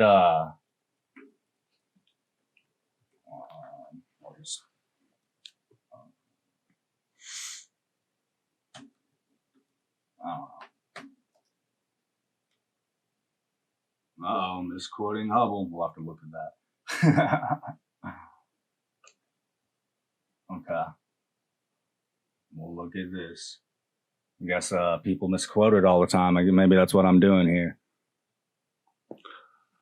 Creationists frequently quote Edwin Hubble to the effect that he inserted the cosmological principle into cosmology to avoid stark realities about the universe that his data implied. However, careful consideration of these quotes within their proper context reveals a very different story rather than exhibiting bias or desperation. Hubble's quotes indicate the cautious approach of an observational astronomer. I discourage the improper use of these quotes. Well, I guess we'll have to look into this. Where's the actual... Okay. Such a condition would imply that we occupy a unique position in the universe, but the unwelcome supposition of a favored location must be avoided at all costs. Such a favored position, of course, is intolerable. Moreover, it represents a discrepancy with the theory because the theory postulates homogeneity. So what he's saying... Well, let's see what he's Therefore, saying. in order to restore homogeneity and to escape the horror of a unique position, the departures from uniformity, which are introduced by the recession factors, must be compensated by the second term representing the effects of spatial curvature. So what he's talking about is, this is a response to like basically the whole relativity issue where like he's saying, okay, well, it's equally viable that we're at the center of the universe or that we're not. But we cannot by any means entertain the idea that we're at the center of the universe. We have to avoid that at all costs. So we're just going to stick with this theory instead. And then this is why I'm saying that it's reverse engineered, because then they come up with things that make observations that don't match. So then they're like, okay, well then there must be dark matter. And then they're like, okay, well there must be relativity. There must be there must be that. Like, let's read the rest of this real quick to see what he actually meant, and then we'll wrap up. Okay, so these quotes suggest an almost desperate attitude on Hubble's part, that his data led him to an unpalatable conclusion that we are near the center of the universe, and that to avoid this conclusion, Hubble concocted the cosmological principle and other rescuing devices to avoid this conclusion. These quotes seem to live down to the lowest expectations of many creationists, confirming many of their suspicions about modern cosmology. However, as the saying goes, when something sounds too good to be true, it's too good to be true. Let's investigate the context. Source of these quotes come from his second book, published in 1937. Both books were based upon different lectures that Hubble gave. It isn't clear how much either lectures were edited for publication. Both books were based upon Hubble's work with galaxies and redshifts, though books read very differently. Hubble had published his original book on the relationship between galaxy redshift and distance a little less than a decade prior to his two books. In the intervening years, Hubble and his colleagues used the largest telescopes in the world to expand our understanding of galaxies. Many people erroneously assume that Hubble's summary of cosmology in his second book related to measured redshifts of galaxies. However, the significant part of the discussion in that book centered around measurements of galaxy brightness. There's a very good reason for this redshift measurement to come into. Okay. This is a pretty long article. Yeah, well, I mean, the truth is usually a lot more like boring and complicated. Since there is some variation in the absolute magnitude of galaxies, at best this would be a crude way to measure galaxy distances. Furthermore, this method of distance determination requires the proper calibration of an average absolute magnitude of galaxies. It is clear now that Hubble did not yet have a proper calibration. However, he found a clever way to avoid these difficulties. They took photographs of many galaxies across the sky, which they measured apparent altitudes. So this is the actual thing from his book. The homogeneity indicated by the reconnaissance, even as a rough approximation, is very significant. The uniform distribution extends out to the limits of our telescopes. There is no trace of a physical boundary, no evidence of a supersystem of nebula isolated in a larger world. As far as the observations can be interpreted, the realm of the nebulae may be the universe itself, and the observable region may be a fair sample. This is very different from the above quotes supposedly attributed to Hubble. Hubble went on to say, "Let us then follow the principle of tie uniformity of nature and accept the observable region as a fair sample of the universe. The assumption will serve as a reasonable working hypothesis until it leads to contradictions. Then it can be revised or replaced to conform with our new information." Again, this does not jibe with the attitude implied by the quotes attributed to Hubble above. Then he discusses redshifts. Yeah, this is a lot of fucking. Yeah, this is way. We'll have to revisit a lot of this stuff. Yeah, but obviously there were topics that we didn't get to. We're gonna have to wrap this up. Yeah, and we're gonna skip the next episode. We're not gonna talk about space in the next episode because we can't just have like episode after episode after episode about space. But we'll. The last one wasn't about space, was it? Well, yeah, but I don't want the next one to be about space too. You know. But if it's like a part 2 to this one, I mean, it'd be kind of weird to have a gap and then we don't even remember what we did or didn't talk about, really. Okay. You know what I mean, so I think it's probably better to just finish this up next week and then move on. We'll do to it again something next else. week. Yeah. But okay, so you want to do your plugs? Yeah, I'll do my plugs, and then you'll do your plugs. In conclusion, I think there's a lot more nuance to these topics than people give credit. I think we can both agree on that, right? Yeah. There's a lot more nuance to this than people on both sides really give it credit for. And we'll have to like actually check up on some of this stuff. Yeah. You know. Yeah. I mean, I would just conclude with a lot of this stuff is really complicated. And I hope this episode was still entertaining. I hope it was good. I'm sure it was Who knows? entertaining. Maybe. Hopefully. I don't know. I think that It's like the first one I'm just in a long time. I'm just like, I don't know how much silence there was in between our talking. I don't know. Not really. Maybe. I think you just didn't like the topics. You seem pretty put off by the topics. I think it was interesting. I think it's interesting. Well, to talk I wasn't about put these off by the things. topics. I'm just tired. Okay. I agree. I'm tired too. All right. So B-Delley, B-D-E-L-L-E-Y doesn't mean anything. You can find me on Instagram at B-Delley-Official. No space, no punctuation, no underscores. You can find me with the same handle on YouTube or just search B-Delley and I will come up. I never plugged Spotify. I guess I should do that too. I have music on Spotify. You can go listen to it on there if you're a Spotify person. And everywhere else. You can find it on Amazon and whatnot. Like you could buy your music on Yeah, you can buy my music on Amazon and like on iTunes and shit. So yeah, that's a thing. Yeah. You can do that. Well, that's neat. Yeah. Yeah, I'm on TikTok, but I don't really post. I'll try to start coming up with content here soon. I want to start making videos and stuff. Did you order your computer yet? No, I'm pretty broke, man. I need the money first. Yeah. My name is Malachi. I have a YouTube channel called Malachi. I have a YouTube channel called Malachi Beats. That one has beats.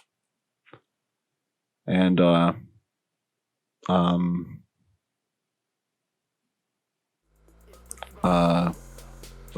it. That's the show. That's the smoke up. And the music the plays. song plays. You gotta stop the recording. Smoke up.